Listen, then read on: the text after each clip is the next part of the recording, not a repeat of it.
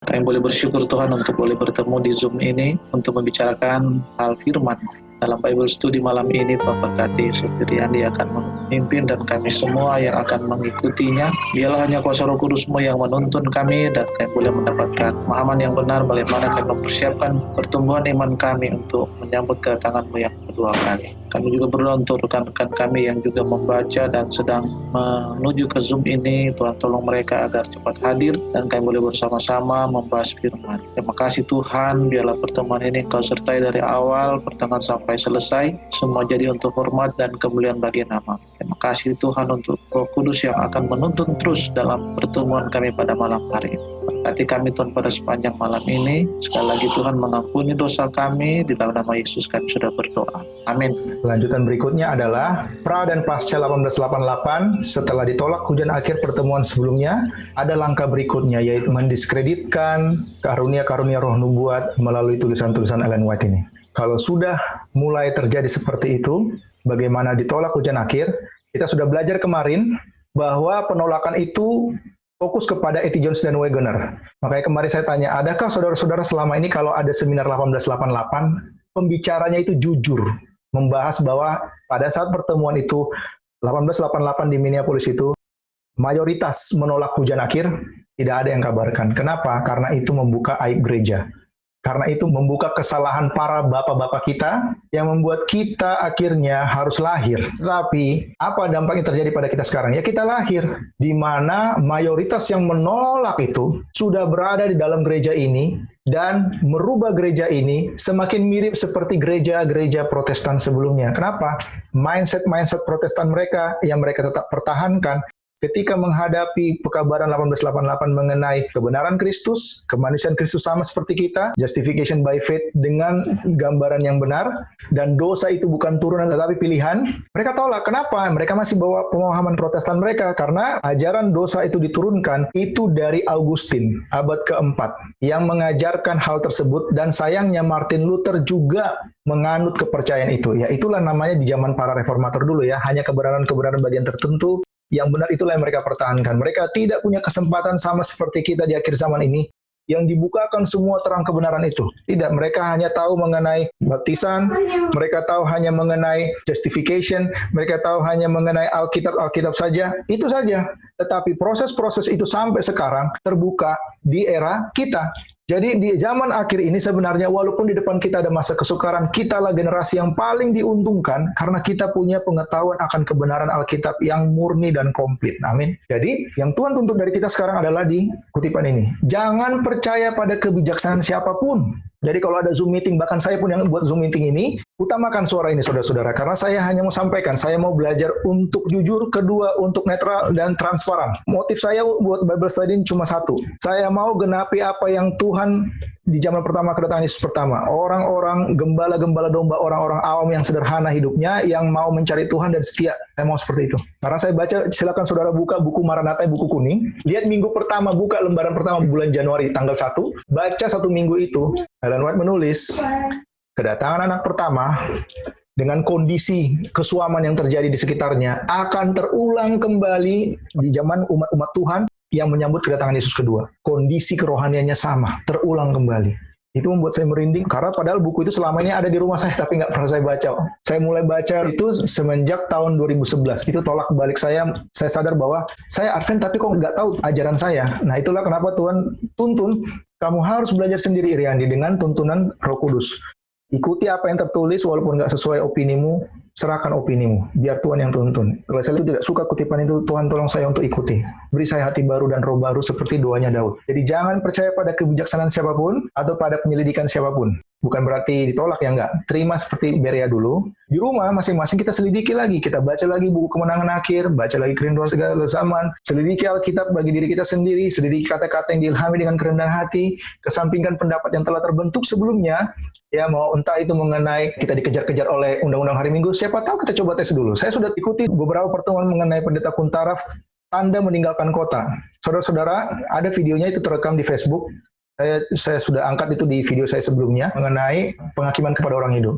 Di situ saya angkat bagaimana beliau mengatakan bisa mengambil kutipan di Great Controversy halaman 626 sebagai tanda untuk meninggalkan kota ketika undang-undang hari Minggu. Padahal kalau saudara buka itu, Great Controversy halaman 626, ini saya contohkan ya saudara supaya saya tidak mengarang indah, saya tunjukkan di sini, ada namanya XJW Writings. Dia angkat 626 sebagai syarat untuk meninggalkan kota ketika undang-undang hari Minggu. Saat saya klik itu, saya mulai baca dari atas, saya tidak mau langsung baca paragrafnya saudara. Kenapa? Supaya saya dapat konteksnya, harus baca satu pasal. Saat saya mulai lihat babnya, saya langsung keringat dingin. Bagaimana bisa dia katakan tanda untuk meninggalkan kota ketika undang-undang hari Minggu, sedangkan halaman yang diangkat itu berhubungan dengan bab 39 mengenai masa kepicikan Yakub.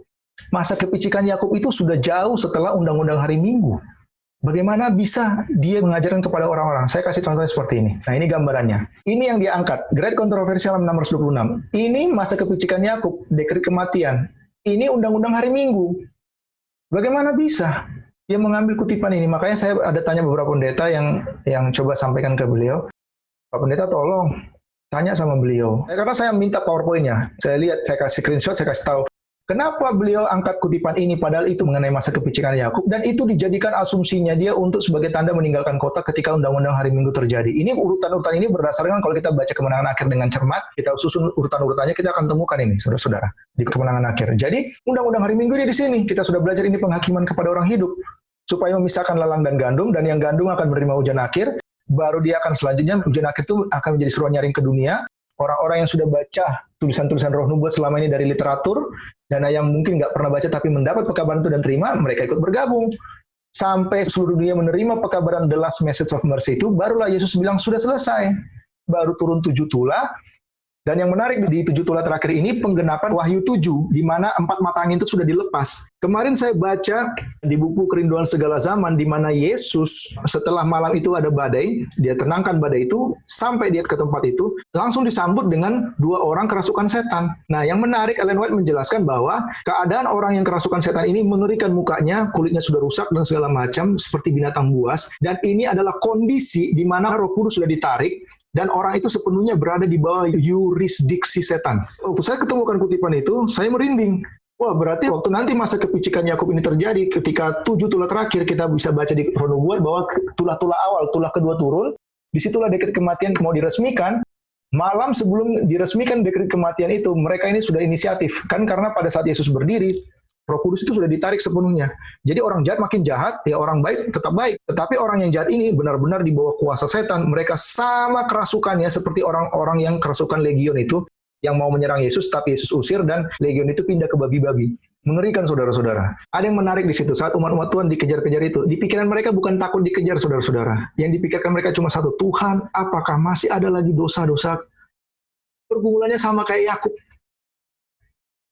Jadi apakah kita bisa mengandalkan hikmat manusia? Beliau mengangkat ini sebagai tanda untuk tinggalkan kota, padahal ini sudah jauh. Di sini posisinya, di Decree GC 626 ini, Great Controversy. Kenapa dijadikan undang-undang hari Minggu? Itulah gunanya kenapa kita harus perhatikan, jangan percaya pada kebijaksanaan siapapun. Malam ini kita akan bahas lanjutan pertemuan sebelumnya, pra dan pasca 1888 itu, ya saat orang-orang itu sudah menolak, apakah ada yang bertobat semuanya? Tidak. Berapa banyak yang bertobat? Sedikit. Mayoritas semakin keras dan pengaruh mereka, apalagi yang menolak waktu itu adalah pemimpin GC, G.I. Butler. Mereka menolak. Ada pihak mayoritas yang mulai mendiskreditkan Ellen G. White pasca 1888. Beberapa kutipan yang saya angkat, perhatikan tahun-tahunnya saudara, untuk membuktikan apakah saat 1888 itu, orang-orang yang menolak ini semakin bertobat atau semakin murtad. Tetapi murtadnya tidak akan terang-terangan. Kenapa? Karena mereka tahu bahwa pengaruh pekerjaan Ellen White ini sudah menyebar ke seluruh dunia. Ya, karena 1863 terorganisir kan, tersebar ke seluruh dunia dan mereka semua percaya tulisan-tulisan Ellen White. Kalau mereka berada di kursi kepemimpinan sana dan mereka mengatakan Ellen White itu salah, ya mereka ketahuan salah. Bagaimana caranya? Mulai pelan-pelan secara gradually secara bertahap, ya masuk ke dalam sekolah kependetaan, mereka ajarkan, ya tulisan Ellen White seperti ini, tapi begini. Ya ini bagus kutipan Ellen White ini, tapi jadi keraguan mulai ditularkan seperti ragi kepada orang-orang di seluruh dunia ini. Jadi Mohon perhatikan tahunnya dan kita lihat bagaimana setelah 1888 itu targetnya bukan lagi E.T. Jones dan Wegener, tetapi targetnya adalah Ellen G. White. Dan ini bukan hanya pas 1888 saja, tetapi sebelum 1888 sudah ada orang-orang yang tidak suka dengan tulisan-tulisan Ellen White. Saat ini Tuhan tidak bekerja untuk membawa banyak jiwa ke dalam kebenaran. Karena anggota gereja yang belum pernah bertobat dan mereka yang pernah bertobat tetapi telah murtad. Jadi ada dua kelompok yang Tuhan nubuatkan di sini di dalam gereja kita. Ada yang belum pernah bertobat sama sekali. Artinya dia jadi Advent cuma status aja di gereja, tetapi secara rohani dia tidak paham kenapa dia harus menjadi Advent. Dan mereka yang pernah bertobat tetapi telah murtad. Murtad ini bukan berarti tinggalkan gereja ya, enggak. Ada juga yang tetap dalam gereja tetapi ikut ajaran-ajaran yang membuat bagaimana mereka lupa misi mereka sebagai orang Advent. Ya kita bisa name it sendiri ya, kita bisa jabarkan masing-masing ajaran apa saja itu. Pengaruh seperti apa yang akan dimiliki anggota yang tidak dikuduskan ini terhadap orang yang baru bertobat? Tidakkah mereka akan membuat pekabaran yang diberikan Allah kepada umatnya untuk dibawa menjadi tidak berlaku? Sayangnya ada beberapa offshoot namanya Present Truth. Mereka nggak pernah berani angkat kutipan ini. Kenapa? Mereka cuma kutipan Ellen White yang mengenai gereja ini sudah Babel. Bisa mereka karang-karang angkat kutipan itu tahun 1903. Setelah itu kutipannya sudah tidak berlaku lagi. Saya bingung dari mana mereka punya otoritas mengatur bahwa ini sudah tidak berlaku, ini berlaku. Dan mereka katakan 1903 lah terakhir Ellen White mendukung gereja ini. Padahal saya temukan 1904, 05, 06. Walaupun keadaan di tengah-tengah gereja ini orang-orang yang tidak suka dengan Ellen White punya visi bahwa gereja ini bukan gereja Babel, tetapi militan. Di dalamnya ada lalang dan gandum. Nah, kutipan ini sebenarnya akan skakmat mereka sendiri bahwa Tuhan. Mereka bilang bahwa Yesus itu sudah di luar gereja karena Laodikia kan.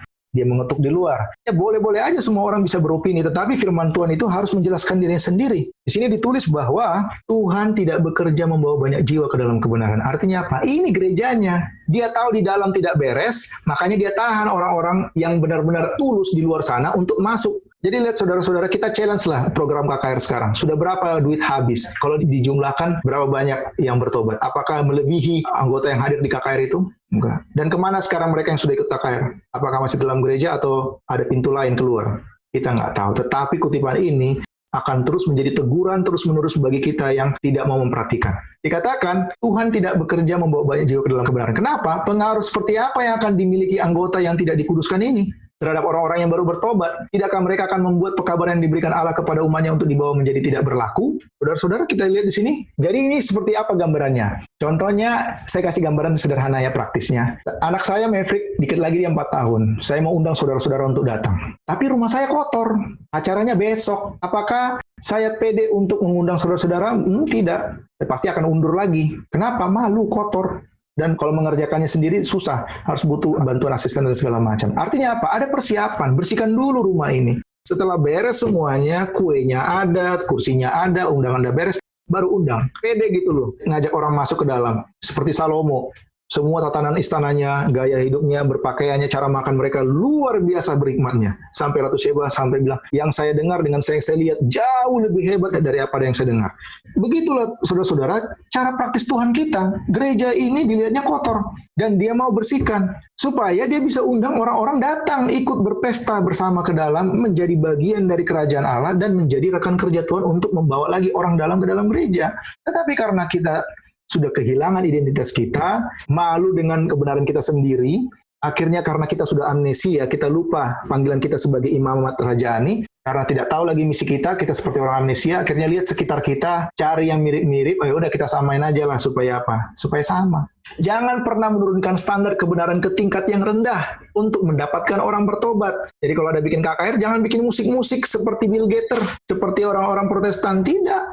Supaya anak-anak muda tertarik. Kalau Tuhan sudah bilang, Tuhan mau kita unik. Karena nilai keunikan itu sangat-sangat berharga daripada yang sama rata-rata dengan produk-produk yang lain. Tetapi berusaha untuk membawa yang berdosa dan yang rusak ke standar hukum Tuhan yang tinggi. Saya kasih gambaran seperti ini, saudara-saudara. Kalau ada orang bilang, kita harus sama dengan mereka supaya bisa menarik jiwa-jiwa. Orang dunia, Lukas 16 ayat 8, lebih cerdik, lebih cerdas daripada ada anak terang.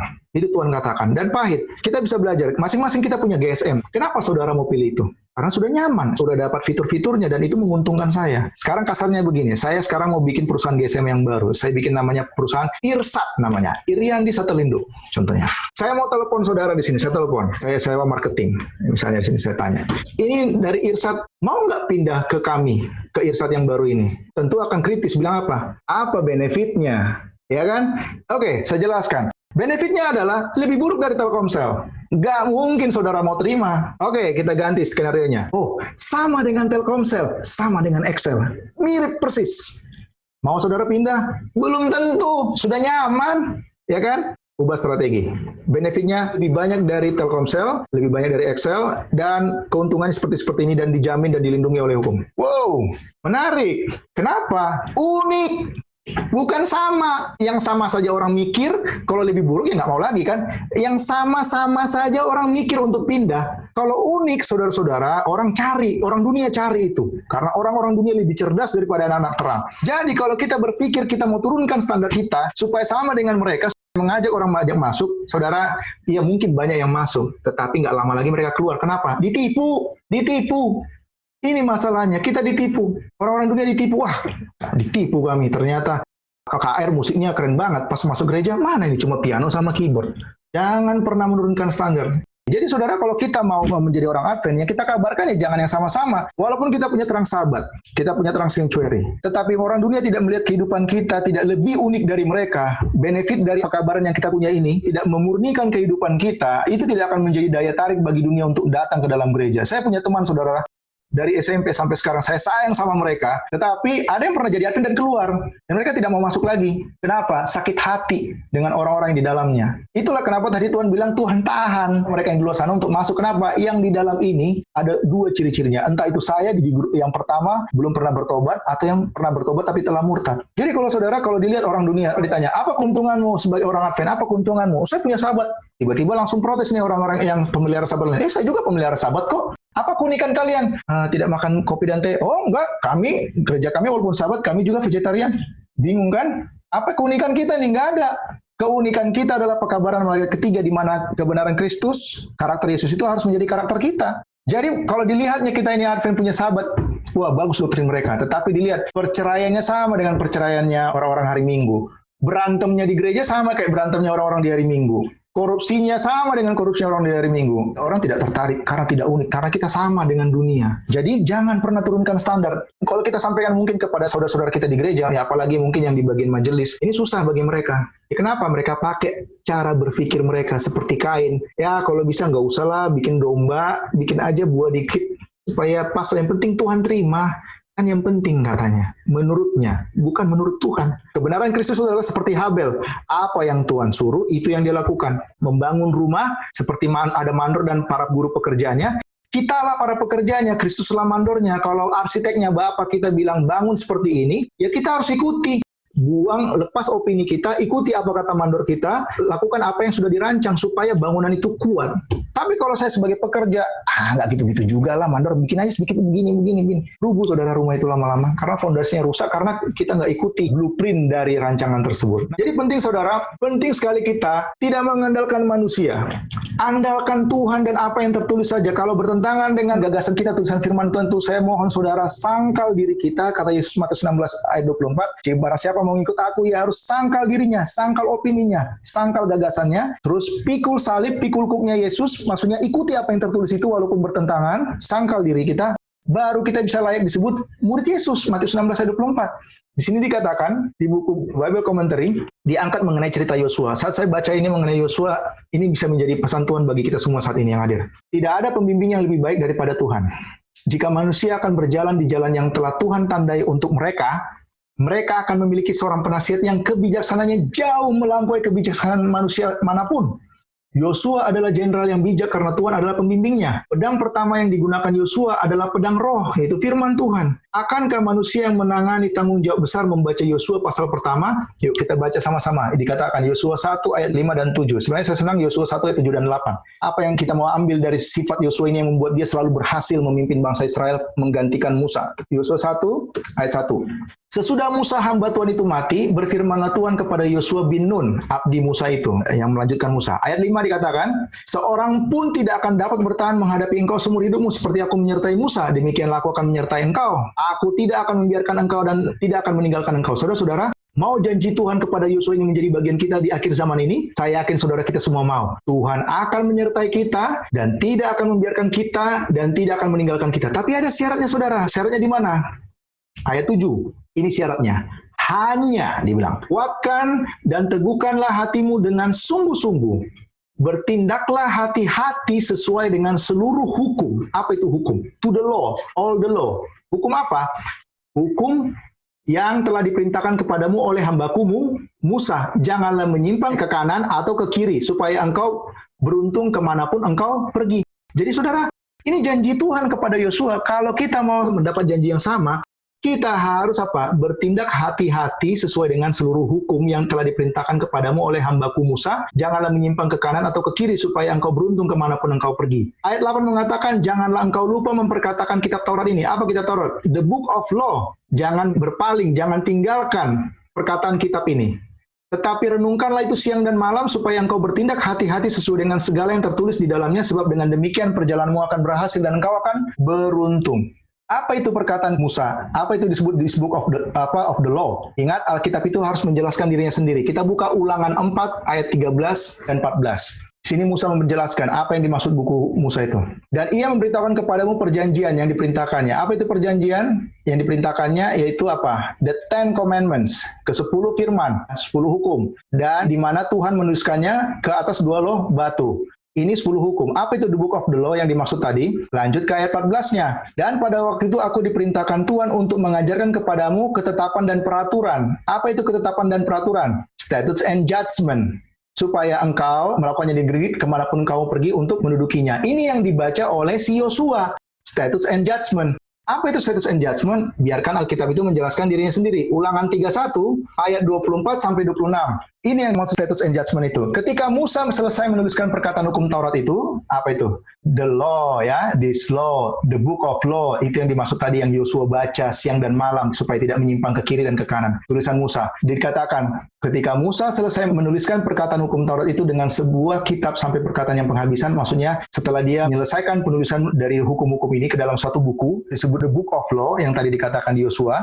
Ayat 25-nya mengatakan, maka Musa memerintahkan kepada orang-orang Lewi yang mengangkut tabut perjanjian. Apa katanya? Ayat berikutnya, ambil the book of law ini. Ambil statutes and judgment ini. Dan letakkanlah di samping tabut perjanjian Allahmu supaya menjadi saksi terhadap engkau. Jadi kita bisa temukan clue-nya. Apa itu yang dimaksud dengan the book of law? Nah, saya kasih gambarnya saudara-saudara seperti ini. Ini the book of law itu ada di sini. Itu yang disebut statutes and judgment di Ulangan 31 ayat 24 dan 26. Dan di Ulangan 4 ayat 13 sampai 14. Jadi kalau kita lihat di sini, di dalam tabut itu adalah 10 hukum, di samping tabut itu adalah the book of law yang dibaca oleh Yosua tadi. Kalau kita lihat di situ, apa fungsinya the book of law? Ellen White sudah menjelaskan apa itu fungsinya the book of law yang dibaca oleh Yosua. Ditulis adalah perintah-perintah yang diberikan untuk menjaga 10 hukum dekalog sebagai akibat dari pelanggaran yang terus-menerus. Hukum moral diulang dalam keagungan yang mengerikan dari Sinai. Jadi 40 hari Musa dapat dari Tuhan di Gunung Sinai itu bukan hanya 10 hukum, tapi statutes and judgment atau yang disebut the book of law tadi yang Musa dapat ketetapan-ketetapan dari Tuhan dari semua aspek yang harus orang Israel lakukan. Perhatikan di sini, Kristus memberikan kepada Musa perintah-perintah agama, statutes and judgment, yang mengatur kehidupan sehari-hari orang Israel. Undang-undang ini secara eksplisit, apa itu eksplisit? Tidak perlu ditafsirkan lagi. Kalau itu dibaca itu udah jelas, nggak usah lagi ditafsir-tafsirkan. Diberikan untuk menjaga apa? 10 hukum. Jadi statutes and judgment ini, atau the book of law ini yang Musa tulis sebelum dia meninggal dan suruh orang Lewi taruh di samping tabut, itu adalah apa? Adalah fungsi untuk menjaga 10 hukum. Perintah-perintah ini bukanlah jenis bayangan yang sudah tidak berlaku dengan kematian Kristus. Perintah-perintah ini harus mengikat manusia di setiap zaman selama waktu terus berlangsung. Perintah-perintah ini ditegakkan oleh kuasa hukum moral, ya. Hukum moral itu apa? 10 hukum. Dan perintah-perintah ini dengan jelas dan pasti menjelaskan hukum itu. Pendek cerita adalah ini seperti negara kita Indonesia punya hukum juga. Dasarnya hukumnya adalah Pancasila. 5 sila ini sama seperti 10 hukum. Untuk warga negara Indonesia bisa menghidupkan Pancasila itu, mereka harus memperhatikan Undang-Undang 1945 dan butir-butirnya. Semua harus diperhatikan. Kalau saya turuti itu setiap poin, maka sebenarnya saya harmoni dengan Pancasila itu. Sama saudara-saudara. Israel, bangsa umat pilihan Tuhan, Ulangan 7 ayat 6 dan 7, walaupun minoritas itu umat pilihan Tuhan, mereka ini punya dasar hukum yaitu 10 hukum. Tetapi Tuhan tahu supaya manusia-manusia ini tidak melanggar 10 hukum, diberikanlah eksplisit dari 10 hukum itu. Yaitu apa? Statutes and judgment, the book of law, yang intinya seperti butir-butir dari 10 hukum tersebut. Jadi kalau saya mau memahami untuk menghormati orang tua, the book of law itu harus saya ikuti saudara-saudara supaya saya mengerti dan tidak melanggar hukum kelima untuk menghormati orang tua dan semua aspek itu. Pertemuan berikutnya kita akan pelajari ternyata di akhir zaman status and judgment itu adalah tulisan-tulisan Ellen White itu sendiri. Saya akan mengambil contoh dari 10 hukum itu. Bagaimana hukum pertama, kita lihat nanti komentar-komentar Ellen White yang sebenarnya adalah antitype dari status and judgment-nya Musa tersebut. Luar biasa saudara-saudara kita. Kalau lihat secara standar hukum saja, kita ini sama seperti bangsa Israel. Bukan hanya hukumnya saja, tetapi status and judgment-nya. Dan bukan hanya itu, kalau kita pelajarin sebelum-sebelumnya, saya sudah sharing bahwa kemurtatannya pun kita ulangi. Tetapi lebih parah. Itu masalahnya. Jadi, kita sudah belajar ya, ternyata yang membuat Yosua berhasil adalah dia tidak melupakan tulisan-tulisan Musa itu dia pelajari dan tidak menggunakan sedikit pun opininya. Dia hanya ikuti apa yang tertulis supaya tidak menyimpang ke kiri dan ke kanan. Itu yang membuat dia berhasil dan menjadi pemimpin. Nah, itu karena pengaruh terkuat harus ditanggung terhadap asas-asas kebenarannya sehingga Tuhan dengan belas kasihan menugaskannya untuk tidak berpaling ke kanan atau ke kiri. Dia harus ikuti jalan dengan integritas yang paling ketat. Artinya apa? Kalau dia udah mulai ragu, dia harus sangkal dirinya, ikuti apa yang tertulis. Jika tidak ada bahaya di depan Yosua, Tuhan tidak akan berulang kali membebankan Yosua memiliki keberanian yang baik. Tetapi di tengah semua kesusahannya, Yosua memiliki Tuhannya untuk membimbingnya. Saya mau angkat di sini adalah, jika tidak ada bahaya di depan Yosua, Tuhan tidak akan berulang-ulang kali membebankan Yosua memiliki keberanian yang baik. Maksudnya adalah, kenapa banyak sekali amaran Tuhan kepada Yosua? Dan dia harus pelajari itu. Karena buku Musa, The Book of Law itu banyak sekali saudara amaran-amarannya. Dan Yosua harus perhatikan dengan cermat. Apa saja supaya tidak boleh ada yang kelupaan. Kenapa banyak sekali teguran-teguran di The Book of Law itu? Banyak sekali amaran-amaran. Ya karena banyak sekali bahaya di sekitar dia. Jadi kalau kita lihat kenapa banyak sekali tulisan-tulisan Ellen White ini. Banyak sekali pergerakan antikristus itu seperti apa. Ada Jesuitnya, itu disebut counter reformasi, di mana itu hadir setelah muncul Protestan. Tugas mereka adalah menghancurkan Protestantisme. Dan tugas kedua mereka adalah mengembalikan supremasi kepausan dengan segala cara dan menguasai dunia ini dan menyusup pada gereja-gereja Protestan. Itu dituliskan di Kemenangan Akhir. Nah, kita baca itu supaya kita bisa lihat kemana arah musuh bergerak. Jadi jangan heran saudara kalau baca life sketches-nya Ellen White, hanya buku Kemenangan Akhir inilah Ellen White sampai hampir mau diambil nyawanya. Hampir mau diambil nyawanya. Kenapa? Karena isi buku itu adalah buku intelijen yang menelanjangi penipuan-penipuan setan dari awal sampai akhir. Menelanjangi. Kalau saya jadi setan tentu saya marah dan kalau bisa semampu saya akan singkirkan. Tetapi kuasa Tuhan membatasi, tidak bisa.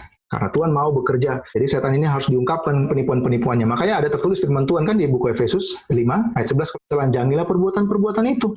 Tidak ada tipu daya yang lebih besar daripada bagi manusia menganggap bahwa dalam kesulitan apapun ia dapat menemukan pembimbing yang lebih baik daripada Tuhan. Penasihat yang lebih bijaksana dan dalam keadaan darurat apapun, pertahanan yang lebih kuat dalam keadaan apapun. Dikatakan di sini tidak ada tipu daya yang lebih besar, yaitu apa? Daripada manusia menganggap bahwa dalam kesulitan apapun ia dapat menemukan pembimbing yang lebih baik daripada Tuhan.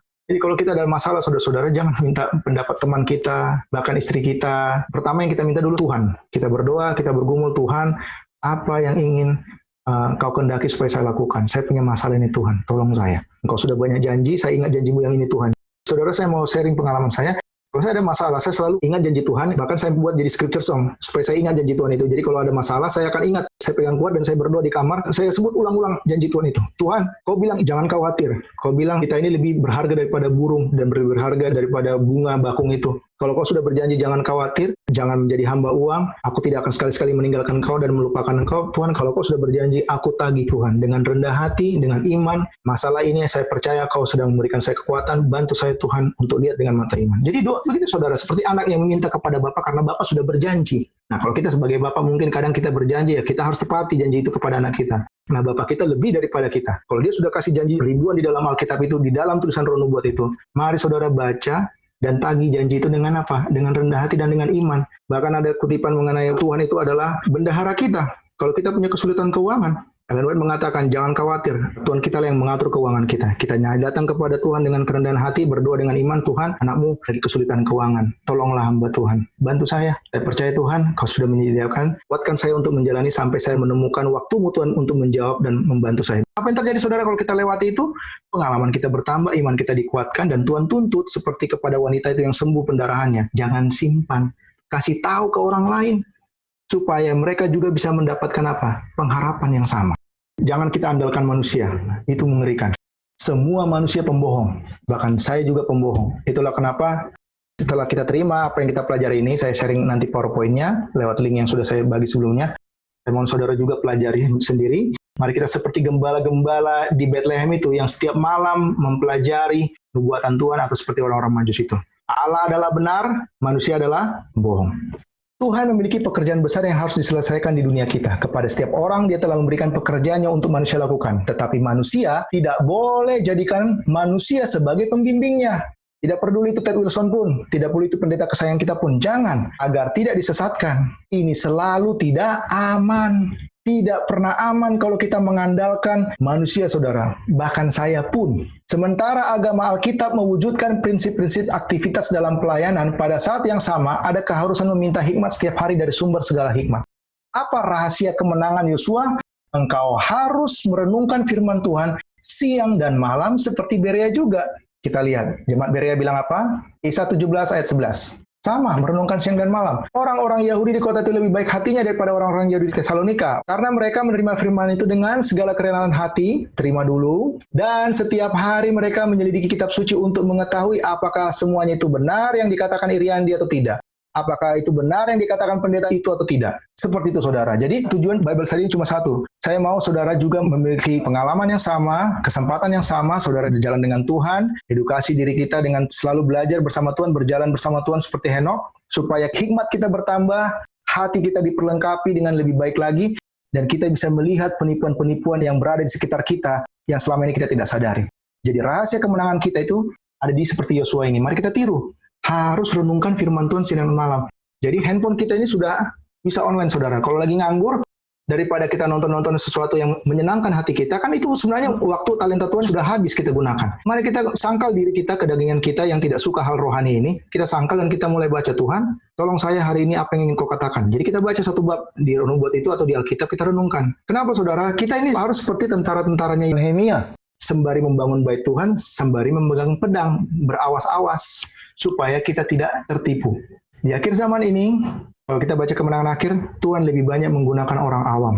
Ini menyakitkan. Dan bukan berarti saya bangga, saudara, tidak. Saya juga harus bergumul. Makin banyak yang saya tahu, saya harus makin banyak menyangkal diri saya. Kenapa? Buat apa saya tahu semua ini, tapi ujungnya saya tidak selamat? Karena saya masih simpan dosa-dosa saya. Itulah kenapa semakin tahu ini, saudara, keberdosaan kita semakin terungkap sama Yesus. Karena kita baca teguran-tegurannya ya. Tetapi itulah kesempatan untuk kita menyadari bahwa kita ini tidak bisa berbuat apa-apa. Hanya Tuhanlah harapan saya. Christ is the hope of glory dalam kehidupan saya. Tuhan akan selalu gunakan orang yang bodoh bagi dunia, dipilih Tuhan untuk memalukan orang-orang yang berhikmat. Dan apa yang lemah bagi dunia dipilih Tuhan untuk memalukan apa yang kuat, supaya tidak ada satupun manusia yang bermegah. Kebenaran Kristus yang dipertentangkan tahun 1888, itu sudah Ellen White sampaikan 45 tahun yang lalu. Ini tulisannya adalah tahun 1889. Saudara perhatikan tahunnya, ya, Januari 26, 1889. Dia tulis, dia katakan, kamu perlu tahu bahwa aku belum mengubah ide atau posisiku. Caraku memandang hal-hal yang aku katakan dengan jelas kepadamu di Minneapolis. Apa yang Ellen White sampaikan kepada mereka di Minneapolis? Kebenaran Kristus, kemanusiaan Kristus itu sama seperti kita. Ini yang ditolak sama mayoritas. Mana bisa kemanusiaan Yesus seperti kita? Ya, kenapa? Ya karena mereka pakai pemahaman Protestan mereka bahwa kemanusiaan Yesus itu tidak sama dengan kita. Makanya kalau saudara punya teman Protestan, tanya sama mereka, kemanusiaan Yesus sama nggak dengan kita? Mereka akan bilang apa? Tidak sama. Saya memiliki pikiran yang sama dalam roh dan dalam iman. Jadi pekabarannya tidak berubah dari 45 tahun yang lalu. Dari mana kita tahu, lihat berikutnya. Karena gagasan yang telah dimulai dan berlaku, dikirim melalui surat-surat dari conference dan kemudian dilaporkan, saya menyatakan berdasarkan pengalaman dan pekerjaan selama 45 tahun terakhir di hadapanmu di Minneapolis dan Battle Creek. Pekabaran Ellen White selama ini mengenai yang ditolak itu sebenarnya sudah dikabarkan sejak 1844. Tetapi tidak diperhatikan. Kenapa? Yang mayoritas ini skeptis, tidak percaya. Yudas 1 ayat 5. Orang Israel binasa karena tidak percaya.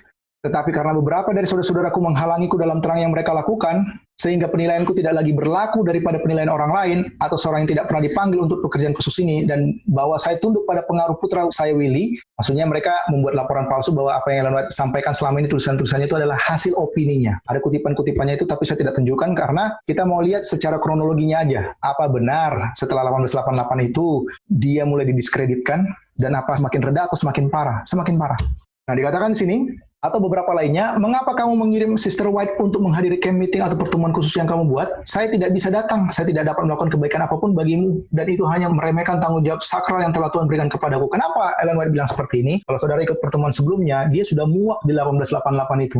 Ya, karena dia juga diolok-olok, bahkan waktu lagi istirahat, dia dapat visi, di kamar-kamar itu, para pendeta-pendeta dan orang-orang awam yang mayoritas ini, mereka mengolok-ngolok pekabarannya dia selama ini. mengenai kebenaran Kristus. Ditambah, Eti Johnson dan Wayne Grudem sebenarnya bukan orang pertama yang mengabarkan kebenaran Kristus itu, tetapi Tuhan berkati mereka untuk memperluas makna pekabaran mengenai kebenaran Kristus ini. Dan Ellen White aminkan, tapi dia olok-olok, dicemooh. Itu yang membuat dia sakit hati, dan hari-hari terakhir dia sampai muak. Dia mau tinggalkan, tetapi Tuhan bilang tidak, kamu tetap di sini. Dan sampaikan dan ingatkan mereka, aku kasih kesempatan.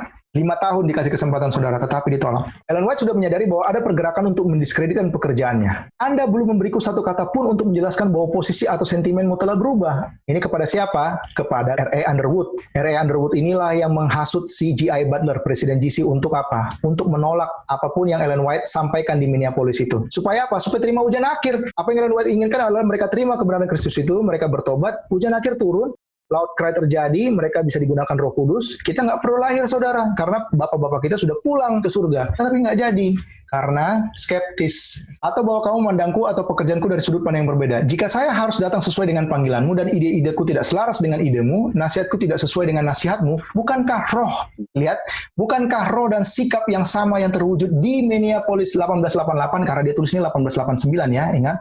Apa dikatakan? Akan dilanjutkan. Maksudnya intinya gini, kalau kau nggak berubah, kalau saya tidak ikutin maumu, saya yakin apa? Kau akan mengulang pemberontakanmu, penolakanmu seperti tahun lalu di Minneapolis itu. Jika saya hendaknya menyelaraskan dengan ide-idemu dan meneruskan pekerjaan yang dengan tulus kamu ingin saya selesaikan, kesaksian, testimoni ini, Sister White akan sangat bermanfaat. Jadi Ellen White lagi mengajak si provokator ini, si R.A. Underwood ini. Kalau lihat di negara kita soal Omnibus Law kemarin ya, lagi demo, yang dicari aparat adalah provokatornya kan. Nah sama, Ellen White lagi menuju kepada provokator-provokator yang menghasut sehingga mayoritas bahkan ketua GC pun ikut terhasut oleh si R.A. Underwood ini. Jika Tuhan memberiku isyarat kecil bahwa dia ingin aku datang kepadamu, saya akan datang dengan senang. Jadi Ellen White tidak datang. Karena itu lebih dari sekedar makananku dan minuman untuk melakukan kehendaknya yang suci. Tetapi saya tidak dapat melihat sekarang bagaimana Tuhan akan dimuliakan dengan melakukan ini. Apakah kamu telah berupaya untuk mengoreksi kesalahpahaman Brother Butler melalui ide-ide keliru yang kamu dan orang lain berikan kepadanya sehubungan dengan pekerjaanku? Lihat saudara, kita bisa lihat di sini clue-nya, kisi-kisinya. Ternyata di 1888 bukan hanya E.T. Johnson Wagoner isunya. Ellen White dibully. Ellen White diserang, pekerjaannya, tulisan-tulisannya didiskreditkan, dan itu terang-terangan di 1888 itu. Ada orang-orang yang mengabarkan mengenai 1888 ini, mengabarkan seperti ini, saudara, gak berani. Kenapa? Ya ini membuka borok gereja. Tetapi tujuan saya adalah satu, kita belajar dari kesalahan mereka, kita berdoa malam ini kepada Tuhan, Tuhan, ajari saya supaya tidak lagi melakukan kesalahan seperti bapak-bapak pendahulu saya ini yang di 1888 ini. Tapi hanya ikuti seperti Yosua, memperhatikan kata-kata di Alkitab dan di roh nubuat itu dengan seksama, dengan cermat supaya saya tidak menyimpang ke kiri dan ke kanan. Lanjut. Masih sama kepada R.A. Underwood, saya pikir saudara-saudaraku memiliki pekerjaan yang harus dilakukan sebelum mereka dapat mengharapkan Tuhan memberi mereka terang melalui Sister White. Karena mereka telah mengabaikan kesaksiannya dan menunjukkan penghinaan. Ngeri saudara, dihina terhadap pekerjaan yang Tuhan telah berikan kepadanya untuk dilakukan. Jadi bayangin ya saudara, kalau kita ikut pertemuan itu 1888 ya, andai kan kita di situ ada simulasinya, mayoritas itu dari mulut mereka keluar kata-kata kotor yang tidak perlu dikeluarkan. Saya memiliki pekerjaan yang harus dilakukan untuk mereka yang akan dibantu. Meskipun terang yang diberikan tidak selaras dengan ide-ide mereka, mereka akan mengenali terang dari Tuhan karena mereka memiliki buah dari pekerjaan yang Tuhan senang lakukan melalui instrumen-instrumennya yang sederhana selama 45 tahun terakhir. Itu apa? Tulisan-tulisannya. Mereka mengakui pekerjaan ini berasal dari Tuhan, dan karena itu bersedia untuk dikoreksi dalam ide-ide mereka dan mau mengubah jalan atau tindakan mereka. Jadi ada yang bertobat, ada yang mengeraskan. Apakah itu terulang di akhir zaman, di mana orang-orang Harvard dihadapkan oleh tulisan-tulisan roh nubuat ini? Ada yang menolak, ada yang menerima. Kalau yang menolak, Ellen White mengatakan itu menerima hujan awal, pertumbuhan, supaya siap menerima hujan akhir. Yang menolak, berarti menolak hujan awal. Apakah bisa menerima hujan akhir? Mimpi. Lanjut. Nah, setelah 1888 itu, saudara-saudara, Ellen White harus menghadapi 3 laporan palsu yang keluar dari mayoritas yang menolak ini. Dia mau mengklarifikasinya dengan membalas laporan tersebut. Mari kita perhatikan, ada 3 laporan. Ini laporan pertama.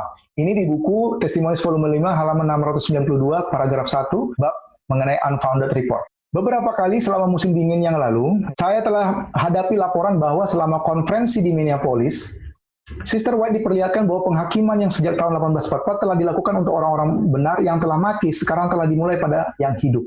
Laporan ini tidak benar. Jadi laporan palsu pertama adalah, si Ellen White itu bilang di Minneapolis itu, penghakiman kepada orang hidup sudah mulai. Ellen White bilang tidak benar. Kenapa? Ya jelas dia dapat visi dari Tuhan. Kita sudah belajar sebelumnya mengenai penghakiman kepada orang hidup. Itu dimulai waktu kapan? Waktu Sunday Law. Jadi dibilang laporannya tidak benar. Laporan dari Minneapolis muncul dari kesalahpahaman seseorang atas suatu pernyataan dengan efek yang sama seperti yang dikutip dari surat tersebut. Tidak ada dasar lain untuk kedua laporan selain ini. Nah, laporan kedua apa? Kedua, ada laporan bahwa seorang pendeta yang sekarang hidup telah dilihat olehku dalam penglihatan sebagai seorang yang diselamatkan di dalam kerajaan Tuhan. Dengan demikian menyatakan bahwa keselamatan terakhirnya terjamin. Tidak ada kebenaran apapun dalam pernyataan ini. Artinya apa? Nggak benar laporan tersebut. Karena kenapa? Ingat, tujuan mereka bikin laporan palsu ini apa? Untuk mendiskreditkan pengaruh pekerjaan Ellen White yang dia dapat inspirasi dari Tuhan untuk membimbing perjalanan bangsa Seventh-day Adventist ini sampai ke kanan surgawi. Tetapi masalahnya roh-roh Korah. Saudara tahu Korah kan? Orang-orang Lewi ya, dari suku Lewi yang berontak ingin menyingkirkan Musa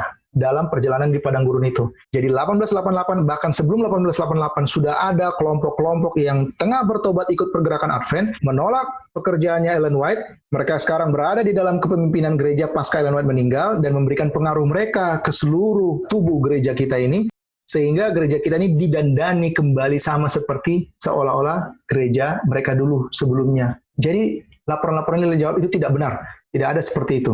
Tidak ada orang yang lagi hidup sekarang sudah ditentukan selamat, tidak. Belum. Bahwa itu akan terjadi nanti pada saat undang-undang hari Minggu.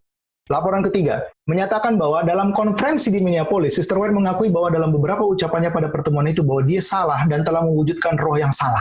Laporan ini juga sepenuhnya tanpa dasar. Jadi bayangin mereka menghasut, menipu orang dan menyebarkan laporan palsu ini ke semua orang Advent, dimanapun berada, hanya untuk memberikan gambaran yang salah mengenai pekerjaannya. Supaya orang apa? Skeptis.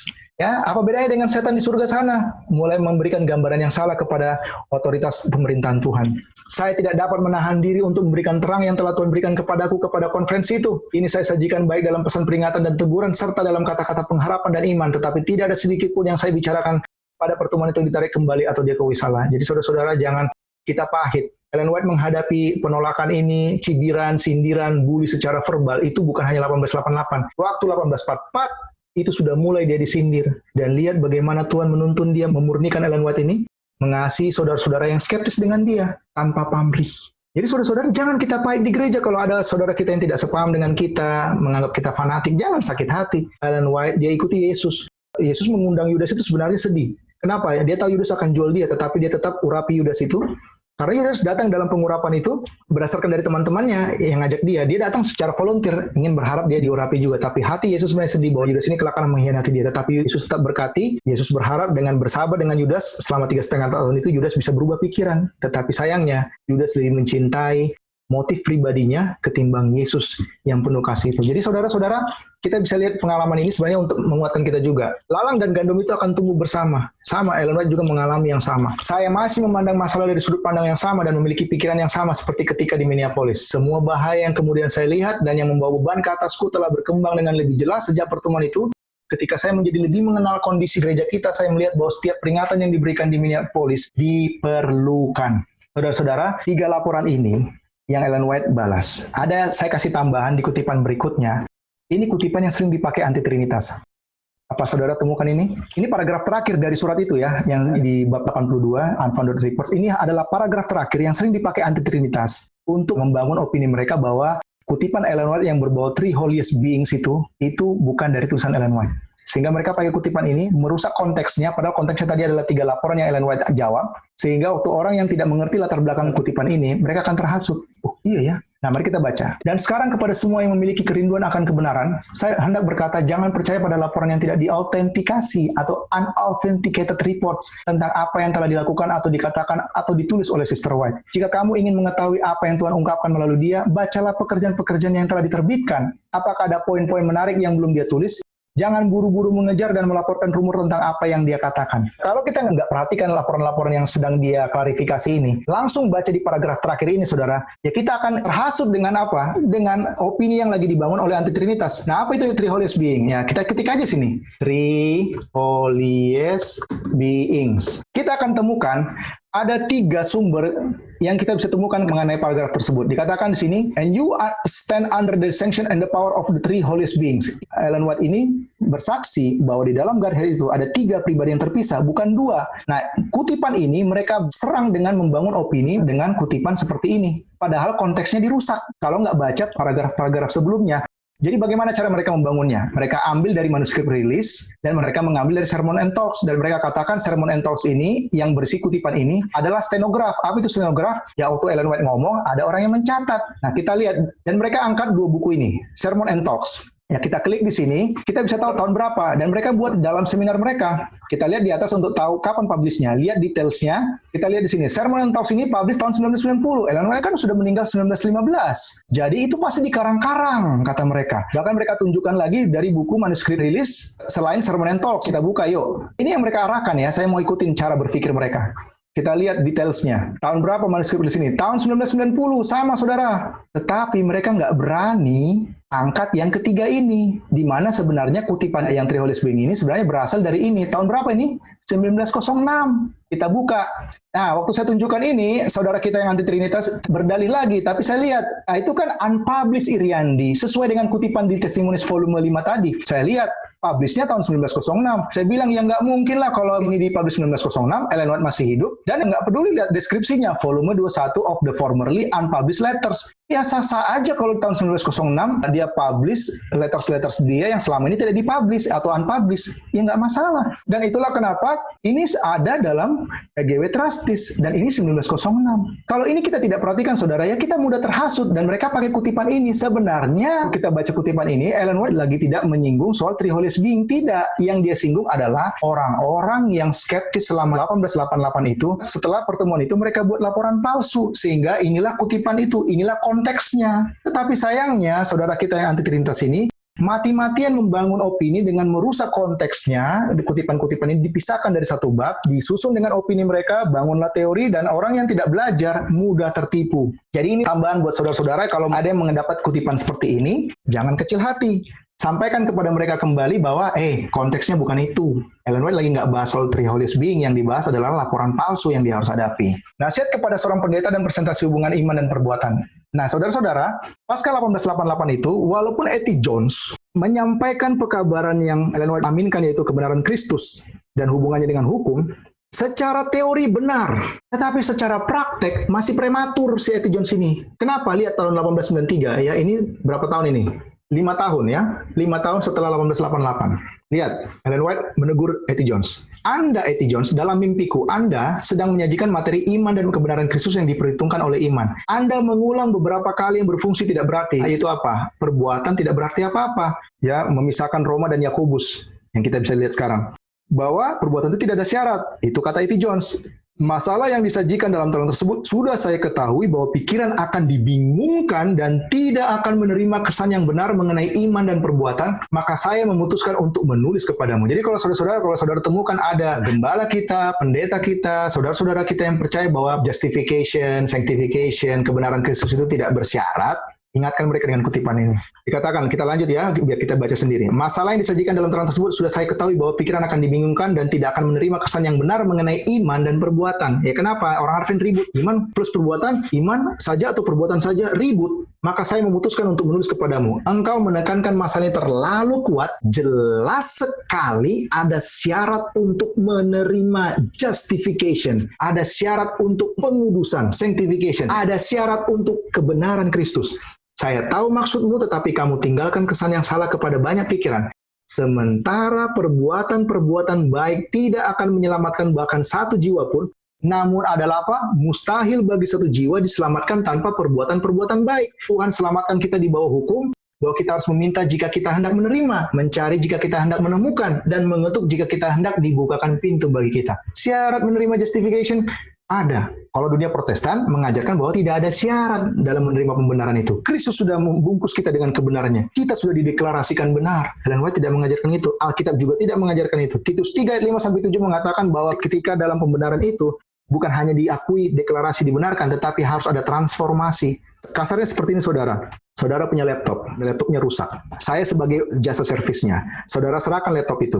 Lalu kalau saya ikuti teorinya Protestan bahwa justification tidak ada syarat, saya pasti akan bilang seperti ini, saudara, laptop ini sudah saya nyatakan benar, silakan. Pas dicoba tidak benar, apa respon saudara kepada saya? Pemdusta, pembohong. Jadi mengajarkan justification tidak ada syarat, meskipun syarat itu penurutan ini tidak menyelamatkan, tetapi tanpa perbuatan baik kita juga tidak akan diselamatkan. Ini kayak koin yang sisinya tidak bisa dipisahkan. Jadi bagaimana yang benar? Saat saya menerima laptop saudara, saya perbaiki dulu isinya, saya bongkar, saya servis, saya fix.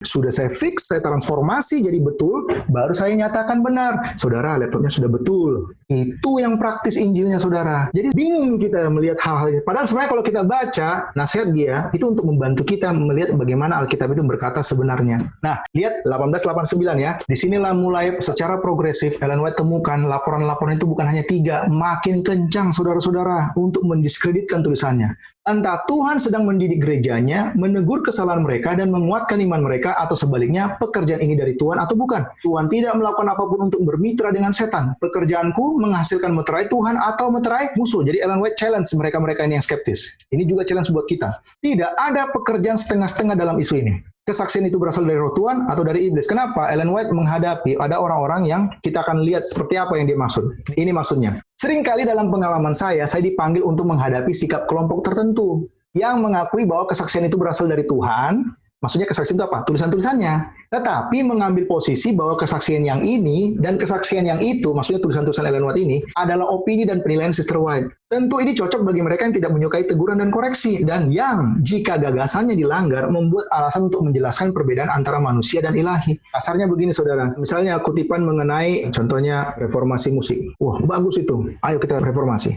Tapi kalau soal reformasi meninggalkan daging, yang Ellen White dapat visi dari Tuhan, alasan kita pasti ada. Buktinya dia makan daging kok. Itu yang dicari-cari kesalahannya. Kenapa? Karena kutipan itu lagi menyinggung kedagingan kita. Disinilah yang disebut apa kita mau terima hujan awal atau hujan akhir. Nah, jadi orang-orang di zaman itu yang skeptis dengan tulisan Ellen White, ya mereka percaya bagian Ellen White yang seperti ini. Tapi kalau bagian yang ini, itu opininya. Itu yang dimaksud tadi seperti ini. Tidak ada pekerjaan setengah-setengah dalam isu ini. Terima semua kesaksian yang saya dapat dari Tuhan ini, tulisan-tulisan saya ini, atau tolak semua saudara-saudara. Contoh, saya pernah ikutin suatu seminar mengenai tulisan Ellen White. Diangkat isu mengenai sepeda. Zaman Ellen White, sepeda itu sangat mahal harganya, dan itu akan menghabiskan gaji kita berapa bulan. Jadi itu pemborosan. Nah, itu tidak berlaku lagi sekarang. Itu sebelum 2011 saya iakan aja, oh iya benar. Tapi ya karena nggak ada dasar.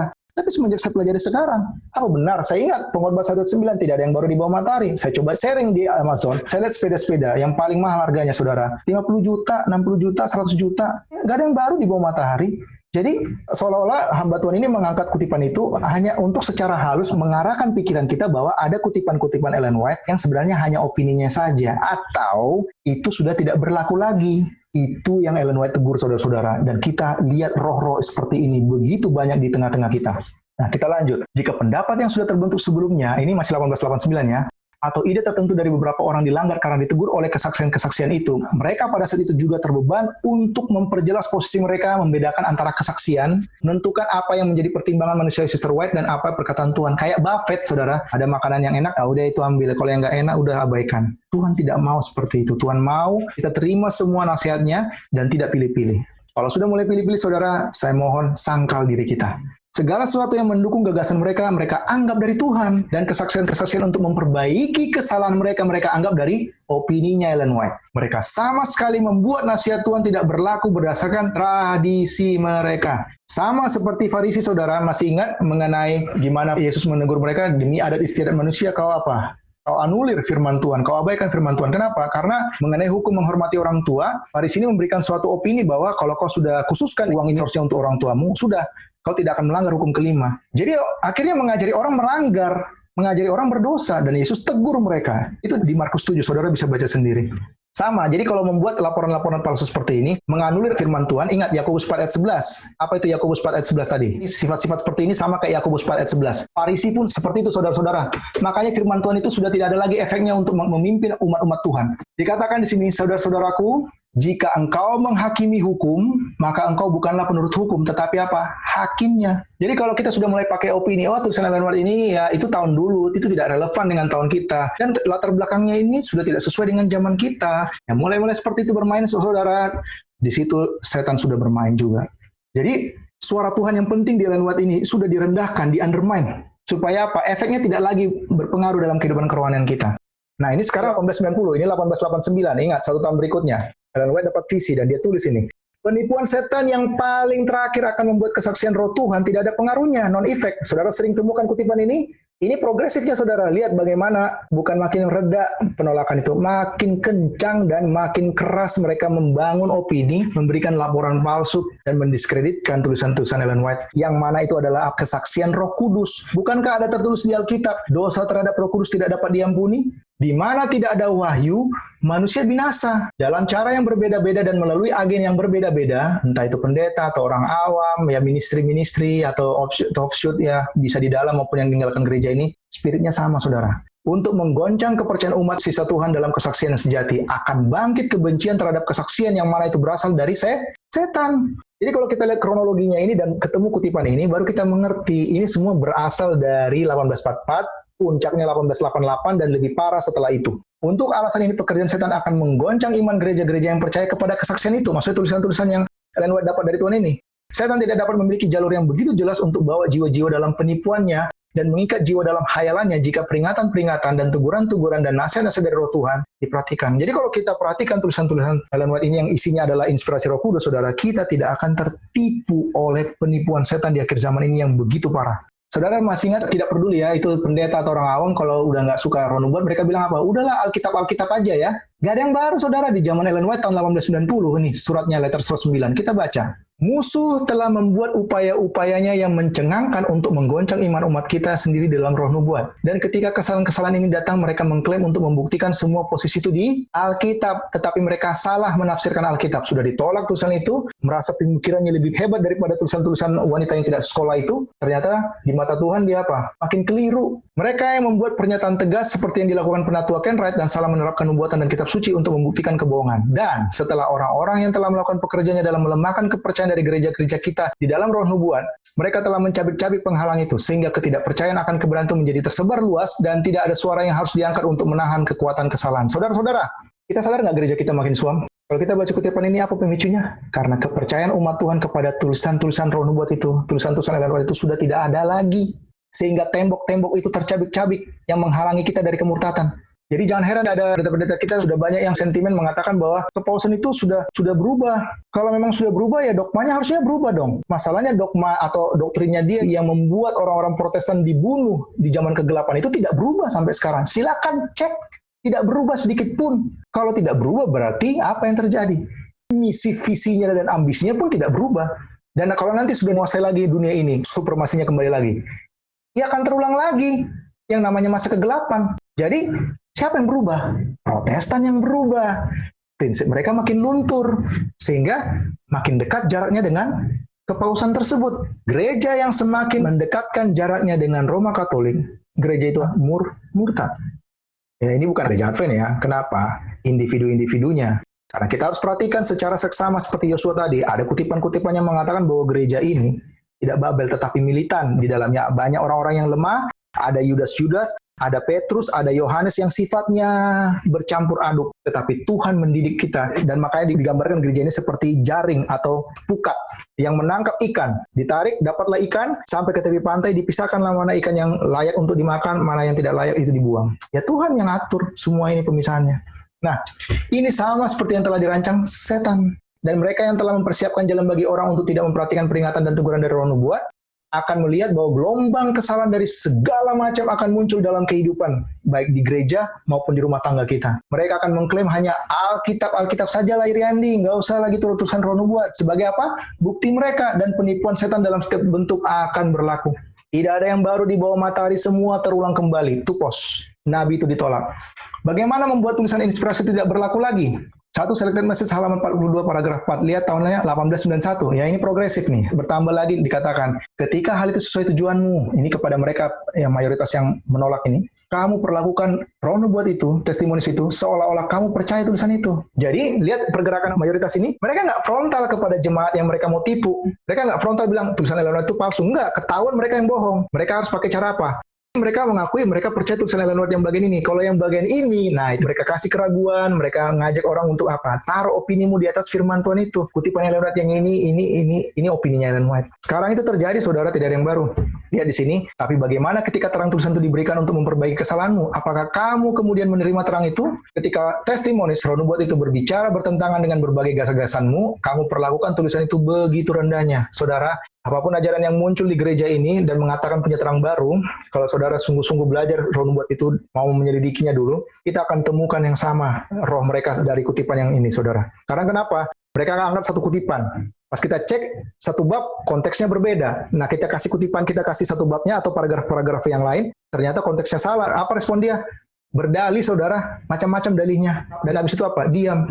Nggak ada yang baru. Sama. Nah, ini apa? Tahun 1903. Jadi ada kutipan-kutipan yang sebelum tahun itu, tapi saya mau agak lompat ke depan aja supaya kita lihat. 1901, saudara-saudara, sebagai sejarah, reorganisasi di gereja terjadi. Nah, orang bilang kutipan ini adalah reorganisasi yang 1901. Tidak, bukan. 1901 terjadi reorganisasi, ya kita percaya Ellen White dapat visi dari Tuhan bahwa JIS itu jangan lagi di Battle Creek, tetapi ke Washington. Dan mulai harus apa? Tidak lagi ada manpower, harus dipecah, harus ada divisi-divisi. Itu terjadi, makanya reorganisasi. Nah, tetapi 1903 Ellen White melihat orang-orang yang mayoritas ini sudah tersistematis, saudara. Dan mereka menunggu waktu kapan si Ellen White ini tidak lagi ada, artinya meninggal. Karena di tahun ini kan Ellen White sudah sangat tua sebenarnya. Apalagi 1888. Jadi jangan heran saudara pernah dengar ceritanya waktu dia dipindahkan ke Australia dan Ellen White saksikan bahwa itu bukan kehendak saya sebenarnya. Kenapa? Ya mayoritas ini kan orang-orang yang duduk di kepemimpinan yang tidak percaya dengan kesaksiannya dia. Tapi dengan secara formal, saudara Ellen White, kami tugaskan Anda ke co-founder untuk membuka ladang pekerjaan Tuhan. Ya, lihat belajar sifat Ellen White, dia rendah hati, dia ikuti dan dia percaya Tuhan memimpin dia walaupun dia sudah tua. Dan walaupun dia sudah jadi janda ya. Kenapa? James White sudah meninggal 1881. Nah, waktu 1903 ini yang membuat Ellen White gemetar. Kenapa? Dia tahu setelah dia meninggal, orang-orang yang mayoritas ini yang berada di kepemimpinan gereja kita ini, mereka akan secara sistematis mereformasi gereja ini, visi misinya berubah. Ini menyakitkan dan ini sering dipakai aliran-aliran offshoot, present truth, saya berani katakan, sering pakai kutipan ini, tetapi nggak memperhatikan konteksnya. Kita lihat lagi di sini. Musuh jiwa telah berusaha untuk membawa anggapan bahwa reformasi yang besar harus terjadi di antara gereja masyarakat ketujuh. Reformasi ini akan terdiri dari tindakan apa? Melepaskan doktrin-doktrin yang berdiri sebagai pilar-pilar iman kita. Ada 5 pilar, nanti pertemuan berikutnya saya akan jelaskan apa itu saja doktrinnya. Ada 5. Jika reformasi ini terjadi, apakah hasilnya? Ini. 1. Prinsip-prinsip kebenaran Tuhan yang di dalam kebijaksanaannya telah berikan kepada gereja kita ini akan dibuang. 2. Agama kita akan berubah. Visi-misi kita berubah. 3. Prinsip-prinsip fundamental yang telah menopang pekerjaan untuk 50 tahun terakhir akan dianggap sebagai kesalahan. Ya contohnya, buku Kemenangan Akhir ini kan anti paus, sentimen banget sih, menghakimi banget sih. Itu efek dari nubuatan ini, saudara. Jadi jangan heran kalau kita melihat kenapa ya sekarang kok sudah berubah, tetapi yang masalah di sini adalah doktrinnya. Nah, lihat di sini, agama kita akan berubah prinsip-prinsip. Jadi bukan hanya tulisan Kemenangan Akhir. Ya, apapun nasihat-nasihat yang sudah ditinggalkan, diwariskan oleh pionir kita, khususnya tulisan-tulisan Ellen White ini, akan dianggap fanatik. Prinsip-prinsip fundamental itu akan dianggap sebagai kesalahan, fanatik. Organisasi baru akan dibentuk. Ini yang Ellen White visi. Buku peraturan akan ditulis. Sebuah sistem filsafat intelektual akan diperkenalkan. Ajaran-ajaran yang mirip-mirip seperti gereja Protestan. Apapun doktrin-doktrin yang mirip di Protestan itu akan kita adopsi, saudara. Entah belajar dari Jesuit lah, cara penginjilannya, Islamologi lah. Itu dari mana? Dari Protestan itu semua diadopsi. Para pendiri sistem ini akan masuk ke kota. Jadi jangan heran kalau dengar country living, alergi. Karena mission to the cities aja. Country living itu sudah tidak relevan. Lebih fokus ke kota. Go. Pergi ke kota. Tapi Tuhan sudah amarkan akan terjadi krisis di kota, akan terjadi revolusi, akan terjadi bom nuklir yang Ellen White dapat itu di depan kita. Dan melakukan pekerjaan yang luar biasa. Kenapa luar biasa, saudara? Ya tidak bisa dibendung. Karena bagi orang ini menarik. Sabat tentunya akan dianggap remeh, seperti juga Tuhan yang telah menciptakannya. Seperti juga Tuhan yang telah menciptakannya. Tidak ada yang akan diizinkan menghalangi pergerakan baru ini. Jadi jangan kita mengeluh, saudara. Sudah Tuhan nubuatkan, ini tidak bisa kita halangi. Kalau saudara baca paragraf selanjutnya, itu ada mengenai gunung es. Kutipan ini Tuhan kasih solusinya. Kita lagi dalam kapal itu, Ellen White dapat visi. Dan kita akan menabrak gunung es itu seperti Titanic. Kita tidak bisa hindari gunung es ini karena mau nabrak. Tiba-tiba suara dari surga mengatakan, hadapi, tabrak itu 3 kali. Tabrak, tabrak, tabrak. Meet it. Apa yang terjadi, saudara? Ya, Ellen White dan seluruh orang di kapal itu menuruti. Tabrak itu gunung es dan hancur berkeping-keping. Tidak tersisa sama sekali. Itu menggambarkan bahwa, saudara, lihat di sini, para pemimpin akan mengajarkan kebajikan lebih baik daripada kejahatan, tetapi Tuhan disingkirkan seperti membangun apa? Rumah di atas pasir akan hancur, tidak ada kuat fondasi biblikalnya. Yang mana tanpa Tuhan itu semua sia-sia. Fondasi mereka, maksudnya orang-orang mayoritas ini yang mereformasi, merubah visi misi gereja ini, akan dibangun di atas pasir. Badai dan angin ribut akan menyapu struktur itu. Jadi jangan heran saudara-saudara, pasca Ellen White meninggal, kita aminkan nubuatan ini. Dan kalau tidak benar nubuatan ini, maka tidak perlu ada logo berganti. Ini kan logo baru kita. Ini tahun berapa dirubah? 1995. Ya, kalau lihat soal logo ini nanti pasti ada sentimen lagi. Orang-orang offshoot ini suka mencari kesalahan-kesalahan gereja. Tidak. Konteksnya kita adalah kita harus lihat bagaimana secara sistematis setan bekerja kepada orang-orang mayoritas yang skeptis ini sejak 1844. Mereka pelan-pelan mendiskreditkan Ellen White. Dan setelah Ellen White ini meninggal, leluasa lagi memberikan pengaruh. Puncaknya, 1995, logo ini berubah. Dan mereka membangun opini bahwa logo kita yang sebenarnya adalah yang baru ini, yang ada api kuning 3 garis ini, ada 3 malaikat di sini. Di sini 1849 kalau kita lihat Adventist Review, logo kita ini sudah ada yang namanya R. R ini kan lingkarannya apa? Registered. Ini ada badan hukumnya. Ini logo kita asli 3 malaikat dan kabaran Injil ke seluruh dunia. Wahyu 14. Tetapi dirubah menjadi Alkitab salib seolah-olah tampak ada dunia dikelilingi oleh 3 garis kuning ini yang menggambarkan kabaran 3 malaikat. Aduh Iriandi, ujung-ujungnya ini mau bikin perpecahan. Bukan saudara, saya lagi mengangkat sejarah untuk belajar dari kesalahan para pendiri kita. Saya anggap itu logo baru ini seperti telepon umum yang rusak ini. Kalau sudah rusak, telepon itu nggak bisa dipakai lagi. Kan ada logo baru namanya out of order. Kenapa? Ada dasar saya saudara. Ini sudah dinubuatkan Ellen White. Perubahan logo ini sudah Ellen White nubuatkan. Kenapa out of order? Ya nggak berlaku lagi. Bahasa sederhana ya, out of order. Di luar dari jalur. Order itu kan aturan. Kalau telepon itu sudah tidak berfungsi, yaitu logo baru ditempel out of order. Jadi jangan heran, logo baru ini menggambarkan kutipan ini. Terjadi perubahan visi misi gereja. Bukan lagi mengabarkan pekerjaan Yesus di bilik masuci yang digambarkan oleh pekabaran 3 malaikat, tetapi fokus kepada salib saja. Pekerjaan Yesus di dunia ini, di salib saja sudah selesai, Riyandi. Nggak usah lagi bahas-bahas pekerjaan Yesus di bilik masuci. Fanatik kamu. Tapi kita lihat inspirasi Roh Kudus itu sudah nubuatkan. Sebelum sampai situ, kita belajar dari orang dunia sajalah. Ini ada namanya Gap. Sebelah kiri kalau kita lihat yang ada kotak biru ini, inilah logo Gap itu. Ada yang punya pakaian, topi, ya ikat pinggang mereknya Gap. Nah, saya mau angkat cerita Gap ini untuk memberikan perbandingan betapa cerdiknya orang-orang yang ngefans sama Gap ini ketimbang kita umat-umat Tuhan yang tidak menyadari kita sedang mengalami perubahan visi misi. Logo Gap ini sempat berubah saudara-saudara. Kita lihat artikel sumbernya theguardian.com. Gap menghapus desain ulang logo. Ini adalah logo baru. Kelihatan keren ya, lebih modern gitu. Tetapi apa? Respon di Facebook dibully. Dibully di mana? Di Facebook dan di Twitter. Jadi Presiden Gap Amerika Utara, Mark Hansen, menyatakan banyaknya komentar menunjukkan kami tidak melakukan ini dengan cara yang benar. Banyak respon negatif, saudara. Apa yang terjadi? Dihapus Gap itu kembali lagi ke Gap yang warna biru ini. Lukas 16 ayat 8, sebab anak-anak dunia ini lebih cerdik terhadap sesama daripada anak-anak terang. Nah, paragraf selanjutnya setelah kutipan tadi, siapa yang punya otoritas untuk memiliki pergerakan seperti itu? Kita punya Alkitab. Jadi itulah kenapa saudara-saudara jangan andalkan kebijaksanaan orang lain. Pelajari Alkitab itu, Roh Nubuat itu.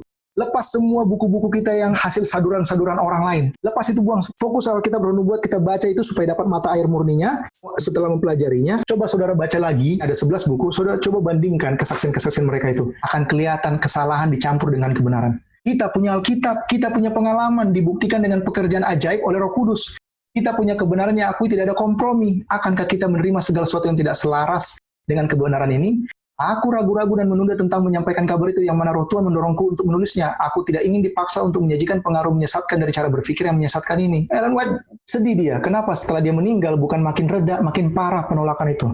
Tetapi dalam pemeliharaan Tuhan, kesalahan yang telah masuk ke dalam gereja, hadapi saudara. Jangan tinggalkan gereja ini. Ya kayak Ahok bilang, kalau orang-orang benar tidak ada di parlemen itu, siapa yang akan memberikan pengaruh untuk mereformasi? Nggak ada yang baru di bawah matahari. Kita harus semakin kuatkan saudara-saudara kita. Kita harus belajar. Nah, 1906, yang tadi 3 tahun setelah itu, ada berapa setelah menerima teori yang keliru ini, berjuang dengan gigih membangun teori yang keliru tersebut dengan mengoleksi dari tulisan-tulisanku pernyataan kebenaran. Bukan makin reda, saudara, makin parah yang mereka gunakan. Memisahkan tulisan-tulisan itu dari konteksnya yang layak dan merusaknya dengan menghubungkannya dengan kesalahan. Masih ingat tadi kutipan 5 testimoni tersebut yang mengenai 3 laporan tadi, yang anti Trinitas pakai di paragraf terakhir itu? Mereka lagi menggenapi kutipan ini. Dengan demikian, benih-benih kemurtatan itu bertumbuh dan berkembang cepat menjadi tanaman yang kuat, dikelilingi dengan banyak tanaman kebenaran yang berharga. Lalang dan gandum tumbuh bersama. Dan dengan cara ini, suatu usaha yang kuat dibuat untuk mempertahankan keaslian dari tanaman-tanaman yang palsu. 1876. Saya mundur lagi, kenapa? Karena ini kutipan sebenarnya masih ada hubungan dengan reformasi tadi. Karena diambil dari satu selected message yang sebenarnya adalah kompilasi. Tapi nggak apa-apa, kita lanjut. 1876. Ini sebelum pertemuan Minneapolis ya. Tapi lihat di sini. Kenapa? Ya karena mayoritas yang menolak itu adalah para pemimpin gereja. Makanya Ellen White tulis seperti ini, dapat visi. Pekerjaan utama setan berada di kantor pusat, headquarters iman kita. Setan tidak tanggung-tanggung merusak orang-orang di posisi yang bertanggung jawab dan membujuk mereka untuk tidak setia kepada beberapa kepercayaan mereka. Setan menyusupkan kecurigaannya dan kecemburuannya ke dalam pikiran mereka yang pekerjaannya melakukan pekerjaan Tuhan dengan setia. Sementara Tuhan sedang menguji dan membuktikan para pekerja ini dan melayakkan mereka pada jabatan mereka, setan sedang melakukan penipuan terbaiknya dan mengikat mereka supaya mereka bukan hanya dihancurkan dengan diri mereka sendiri, tetapi dapat mempengaruhi orang lain untuk melakukan yang salah dan melukai pekerjaan yang agung itu. Setan berusaha dengan segala cara dalam kekuasaannya untuk mengguncang keyakinan umat Tuhan dalam suara peringatan dan teguran yang mana Tuhan telah rancang untuk memurnikan gereja dan mensukseskan pekerjaannya. 1876, Ellen White melihat bagaimana mereka-mereka ini berada di posisi pemimpin di GC. Masih 1876. Itu adalah rencana setan untuk melemahkan iman umat Tuhan dalam testimonis. Tadi yang mengenai gembala kita simpati dengan Roma. Lihat kutipan ini lagi menggambarkan pergerakan mereka kemana arahnya. Adalah rencana setan untuk melemahkan iman umat Tuhan dalam testimonis. Selanjutnya apa? Skeptisisme mengikuti. Kalau sudah lemah iman kita terhadap testimonis, nggak percaya lagi, apa yang akan menjadi tamu kita berikutnya? Skeptisisme. Mengikuti sehubungan dengan poin-poin penting dari iman kita, pilar-pilar dari posisi kita. Kemudian keraguan apa? Sudah mulai ragu tentang kitab suci. Lucu orang bilang, udah kitab saja Iriandi, nggak usah lah tulisan-tulisan Ellen White. Ini menggambarkan secara tahap. Satu, dia tidak percaya tulisan Roh Nubuat. Kedua, akhirnya dia menjadi skeptis. Ketiga, dia jadi ragu dengan Alkitab. Gimana ini saudara? Tidak menyadari. Mereka tidak menyadari. Kita tidak menyadari bahwa tahap-tahap ini setan lagi tuntun kita ke arah mana.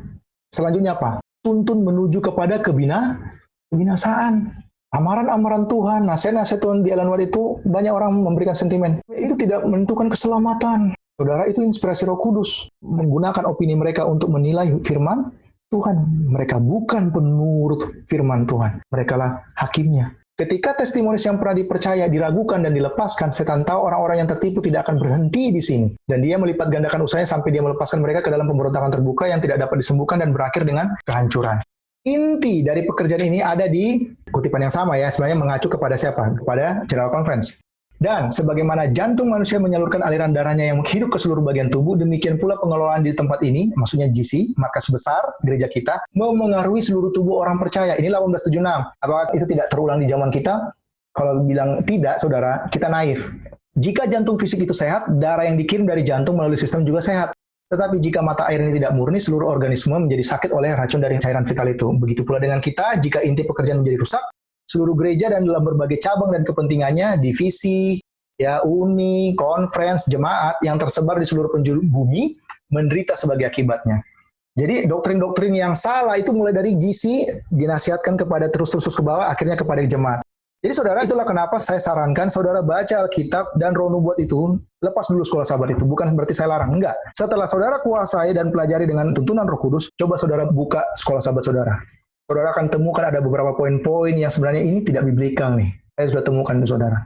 Tapi dari kutipan ini dipakai para penganut present truth untuk membuat perpecahan di gereja ini. Jadi saudara yang mungkin baru ikut, kenapa banyak tulisan? Ya karena isinya sejarah. Tujuannya untuk apa? Untuk kita melihat kesalahan para bapak kita dan kita tidak mengulanginya. Kutipan ini sering dipakai mereka untuk membuat perpecahan di gereja kita saudara. Dan akhirnya ada yang meninggalkan gereja. Tapi sebenarnya kalau kita baca dengan rendah hati, kita akan temukan solusinya. Walaupun ini isinya sangat mengerikan kalau saya baca. Dikatakan di sini, Ellen White menulis dapat visi dari Tuhan. GC itu adalah jantung kita. Ini tubuh kita ya. Ini jantung. Tubuh kepala itu adalah Kristus. Tubuh adalah jemaat gereja. Nah, masih ingat pekabaran kesehatan adalah tangan kanan pekabaran Injil malaikat ketiga kan?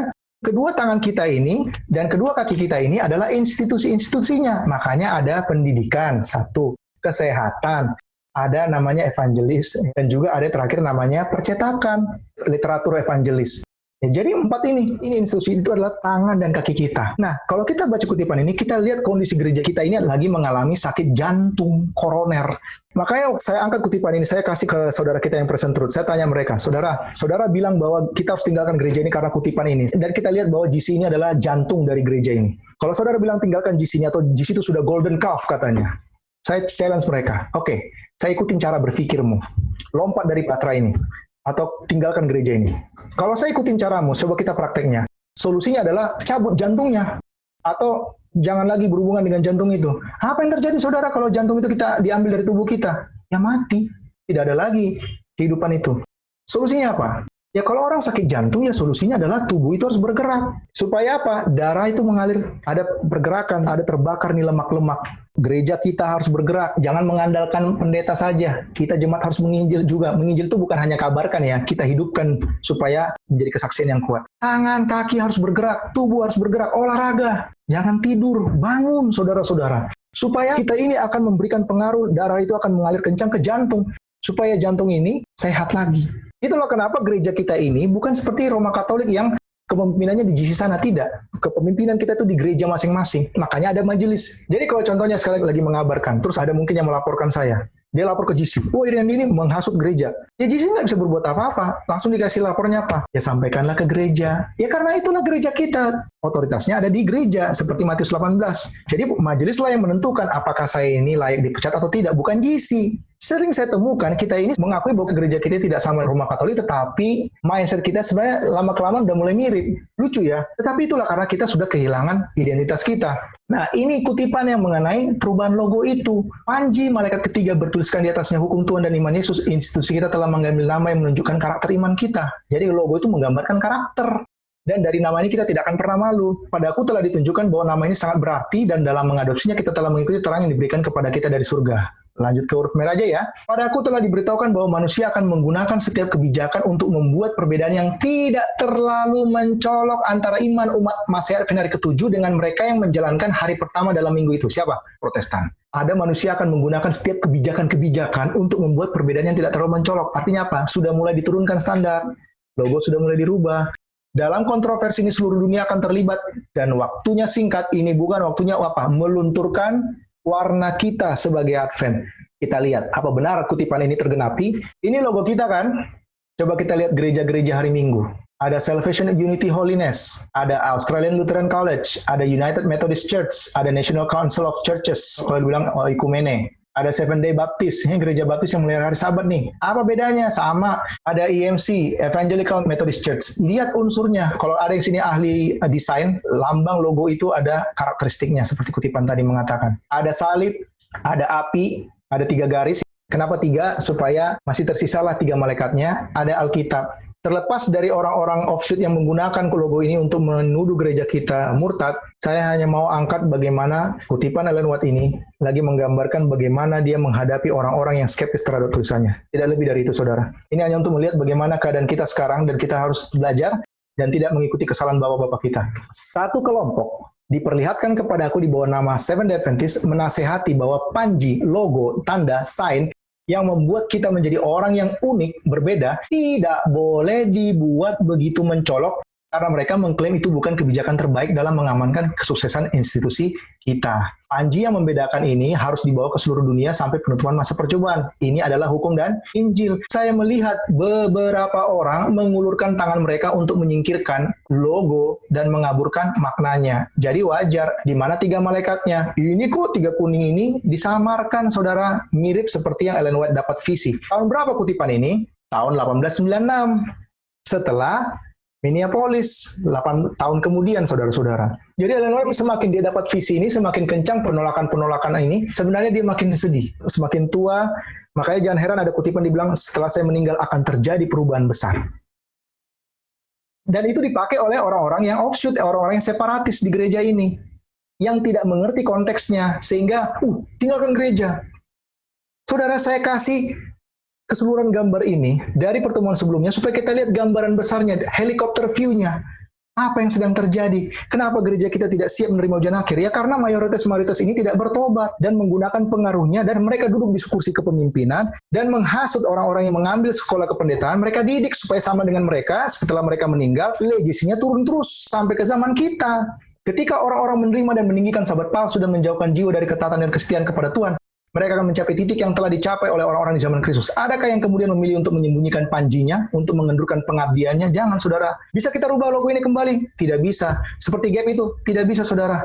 Pribadi-pribadi kita lah yang akan berdiri menghadapi ajaran-ajaran ini. Ada tertulis di Alkitab, ada tertulis di Roh Nubuat. Tidak peduli kita dianggap fanatik oleh mereka, tetapi doakan mereka, saudara. karena mereka juga jiwa. Ya seperti dirham yang hilang di dalam apa? Rumah. Mari kita menjadi agen-agen Kristus. Lukas 22 ayat 32 mengatakan, jika engkau insaf, kuatkan saudara-saudaramu. Jangan ditinggalkan. Karena ada kutipan yang lain, pekabaran malaikat ketiga mengatakan, orang yang percaya pekabaran malaikat ketiga, mereka tidak akan pernah berpikir sedikit pun meninggalkan gereja ini. Itu ada jelas, dan itu tidak diangkat oleh orang-orang yang membuat separatis di gereja ini.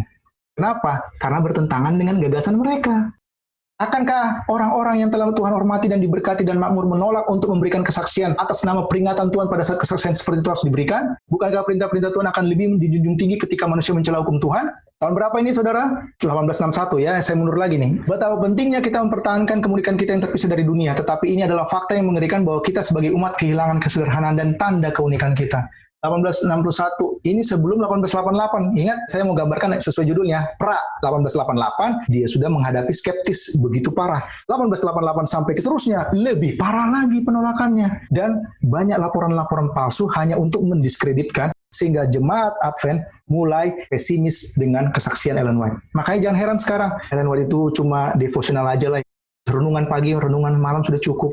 Gak layak untuk menjadi eksegesis Alkitab. Tidak bisa menjadi apa? Interpretasi untuk Alkitab. Padahal jelas Ellen White mengatakan, setelah aku meninggal, tulisan-tulisanku itu akan terus menjadi saksi bagi Alkitab. Mengerikan saudara.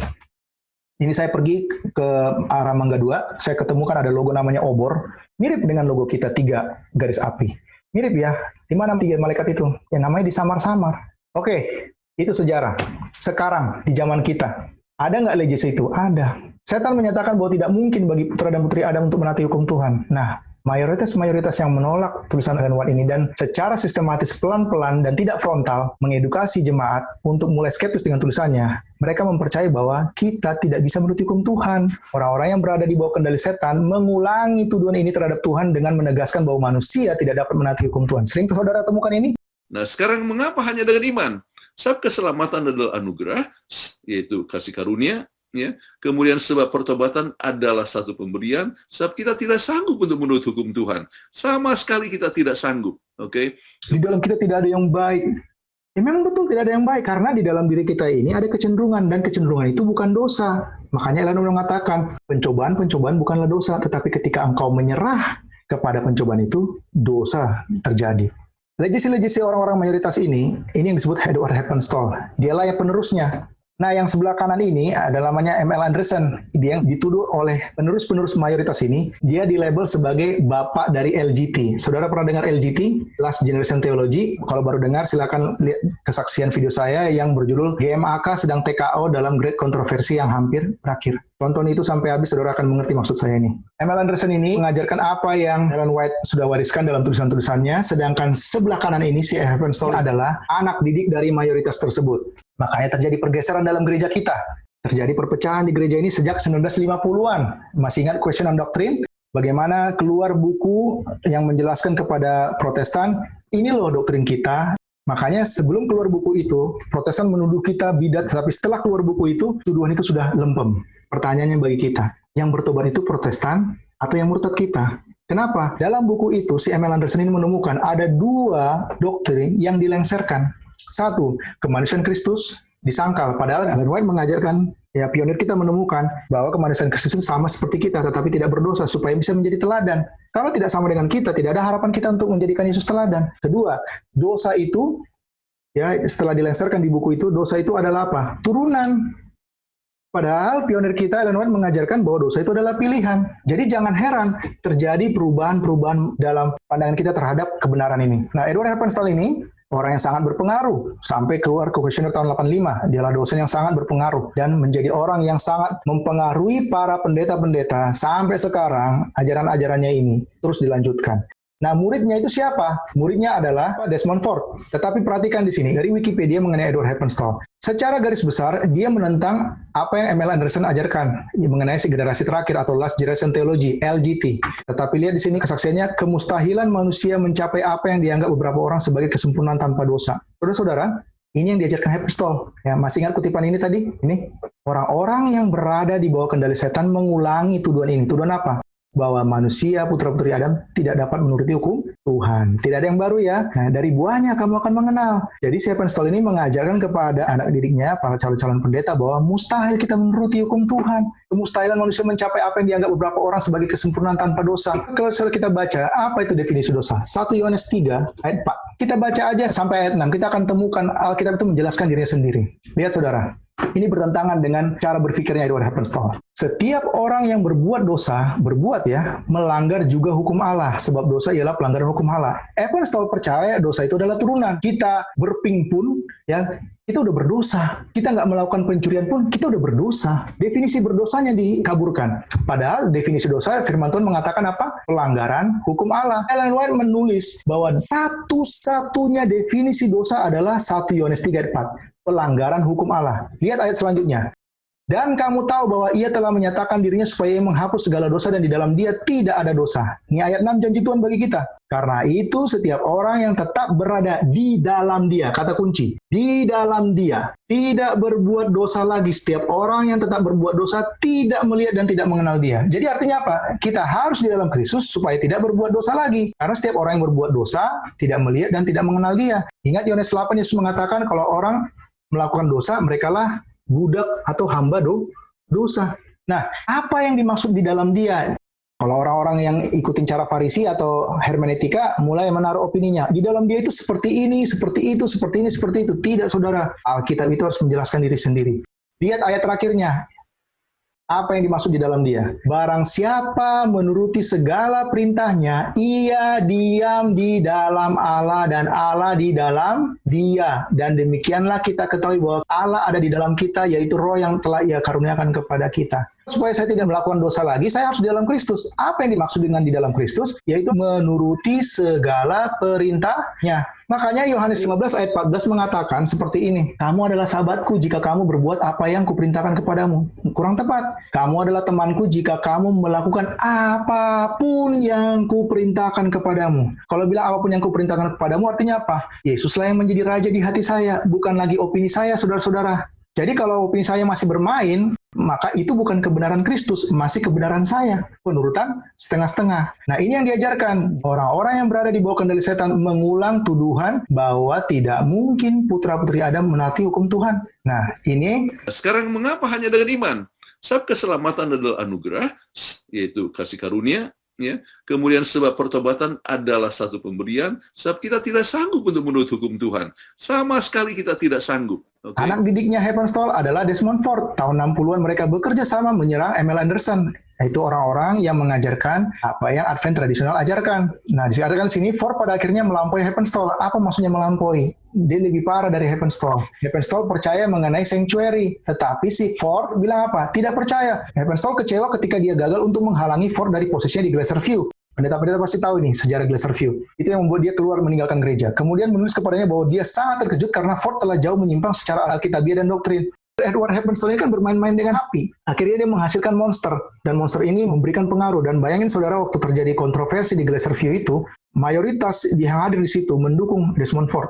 Ya, Desmond Ford tinggalkan gereja, dia cuma bilang, jangan tinggalkan gereja. Tetap di dalam gereja, tetapi lanjutkan apa yang sudah saya perjuangkan. Jadi jangan heran saudara, Andrews University dan yang lainnya ada membahas mengenai sanctuary, ada bahas mengenai investigative judgment lagi. Ford sendiri mengakui bahwa Andrews University tidak lagi mengajarkan itu.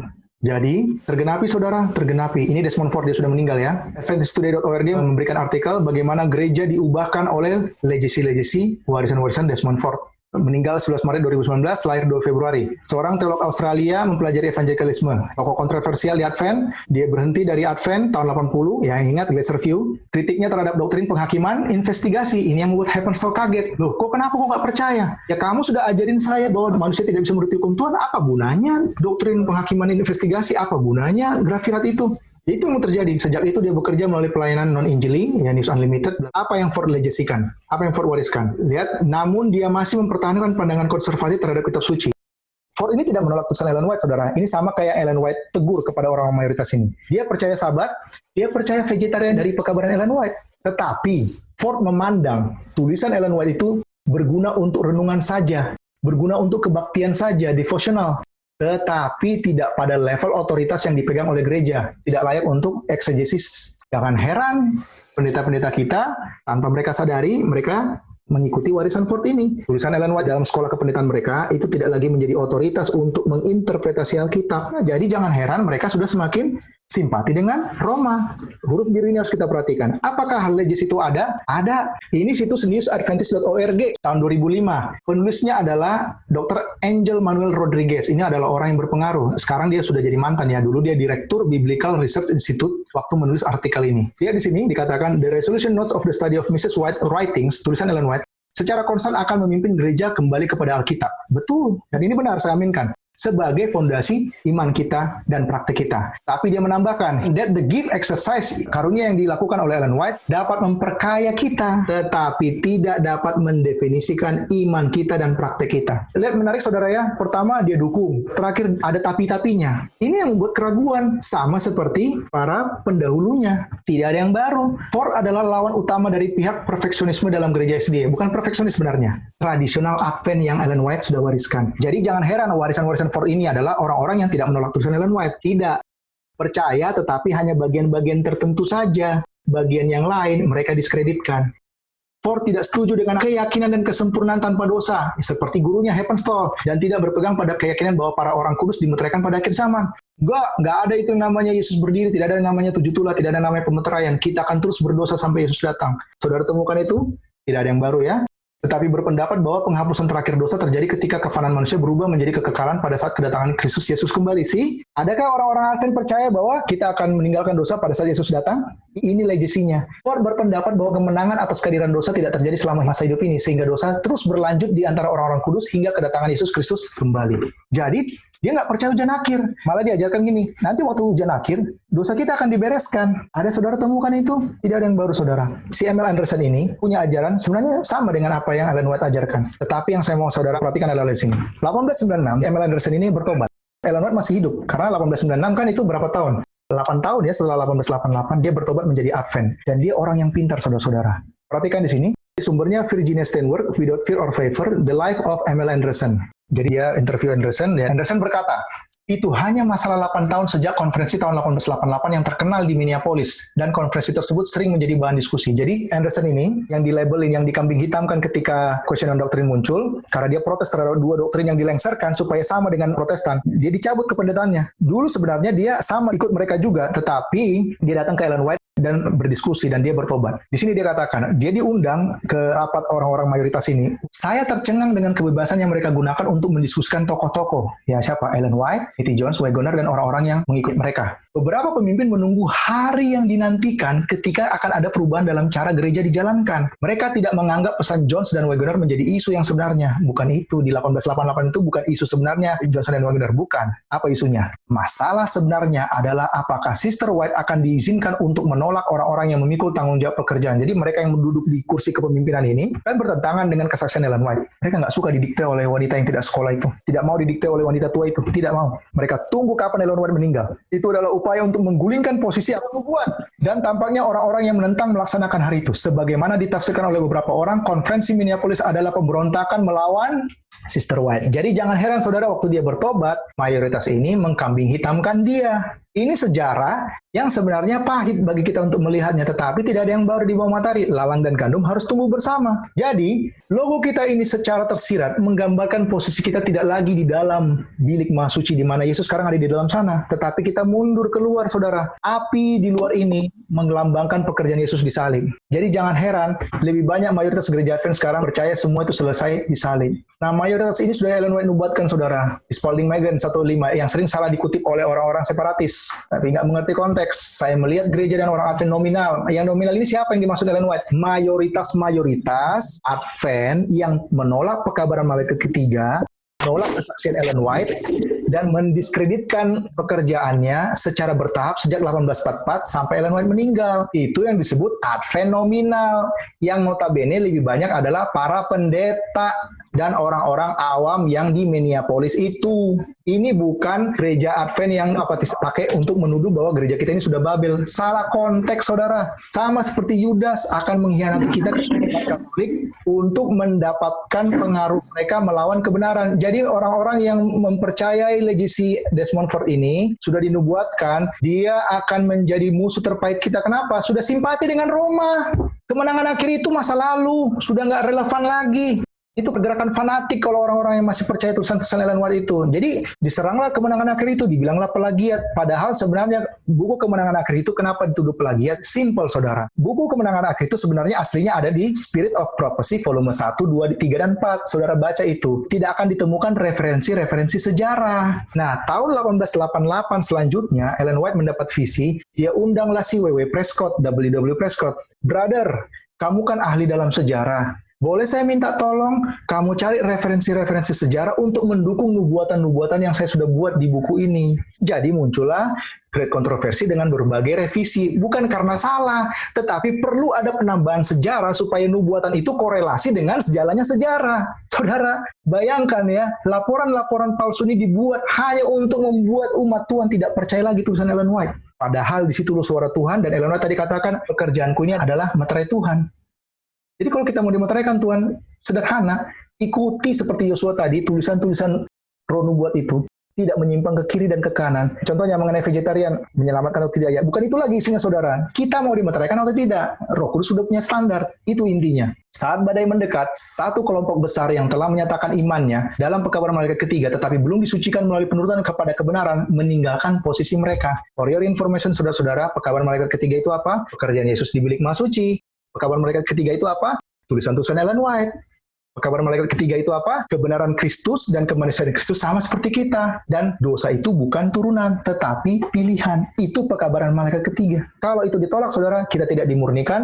Kita akan meninggalkan gereja ini kelak dan menjadi musuh terpahit, dan pada saat nanti kita mungkin ditangkap, mereka lah yang akan menjadi penuduh-penuduh kita. Gereja mungkin tampak seperti jatuh, saudara. Dan Ellen White dapat visi ini, memang gereja ini tampakkan jatuh, tetapi tidak jatuh. Jatuh terminologinya adalah Babel. Makanya kalau kita ganti kata jatuh, ini menjawab. Gereja mungkin tampak seperti akan Babel, tetapi tidak Babel. Gereja tetap berdiri karena tangan Tuhan yang tidak kelihatan itu menopang gereja ini, menahan orang-orang yang tulus di luar sana untuk tidak masuk ke dalam gereja ini sebelum Tuhan murnikan. Gereja tetap berdiri, sementara orang-orang berdosa di Sion akan disaring keluar, sekam dipisahkan dari gandum yang berharga. Ini akan menjadi siksaan. Kenapa siksaan, saudara? Karena nanti terjadi revolusi, terjadi Sandelau. Disitulah akan teruji siapa yang setia, siapa yang mendemonstrasikan karakter Yesus, siapa yang mendemonstrasikan karakter-karakter dosa. Kelihatan pada saat situasi yang sulit. Namun demikian itu harus terjadi. Yang tersisa memurnikan jiwa mereka dengan menaati kebenaran, dan mendapat apa? Hujan akhir. Jadi saudara-saudara, sekian yang bisa saya bagikan. Saya mau kita semua melihat bagaimana sejarah itu tetap berjalan sampai sekarang. Jangan andalkan manusia. Andalkan apa yang Tuhan sudah titipkan di Alkitab dan Roh Nubuat itu. Jangan percaya hati kita karena hati kita menipu. Jangan percaya opini yang sudah terbentuk, saudara. Dan juga apa yang saya sampaikan ini, saudara jangan dulu tolak, tetapi terima dulu, selidiki lagi, baca referensinya satu bab, supaya saudara dapat wawasan yang sama.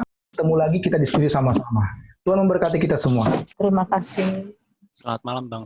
Silakan. Kalau saya sih bukan bertanya, Bang, tapi terima kasih sudah diberikan pelajaran sejarah kalau buat saya. Karena pengalaman buat saya juga, ada salah satu saudara saya juga, ada yang mengikuti yang Bang Iriandi bilang juga, Passion Truth.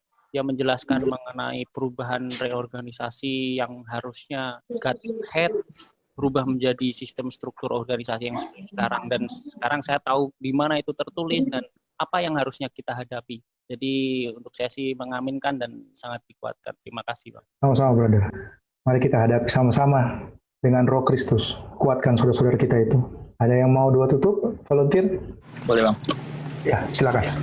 Tuhan Maha Besar Bapa yang berdalam kerajaan surga, terpujilah Engkau ya Bapa, terima kasih untuk setiap kesempatan kami masih boleh kembali lagi belajar akan firman-Mu. Tuhan, bantu kami ya Bapa agar kami boleh terus bertanya kepada Engkau dengan penuh rendah hati untuk mau diajar, mau dibimbing, dan mau dituntun Tuhan agar setiap pengetahuan, agar setiap kebenaran yang kami pelajari, kami boleh mengerti sepenuhnya sesuai dengan apa yang Engkau inginkan kehendaki ya Tuhan.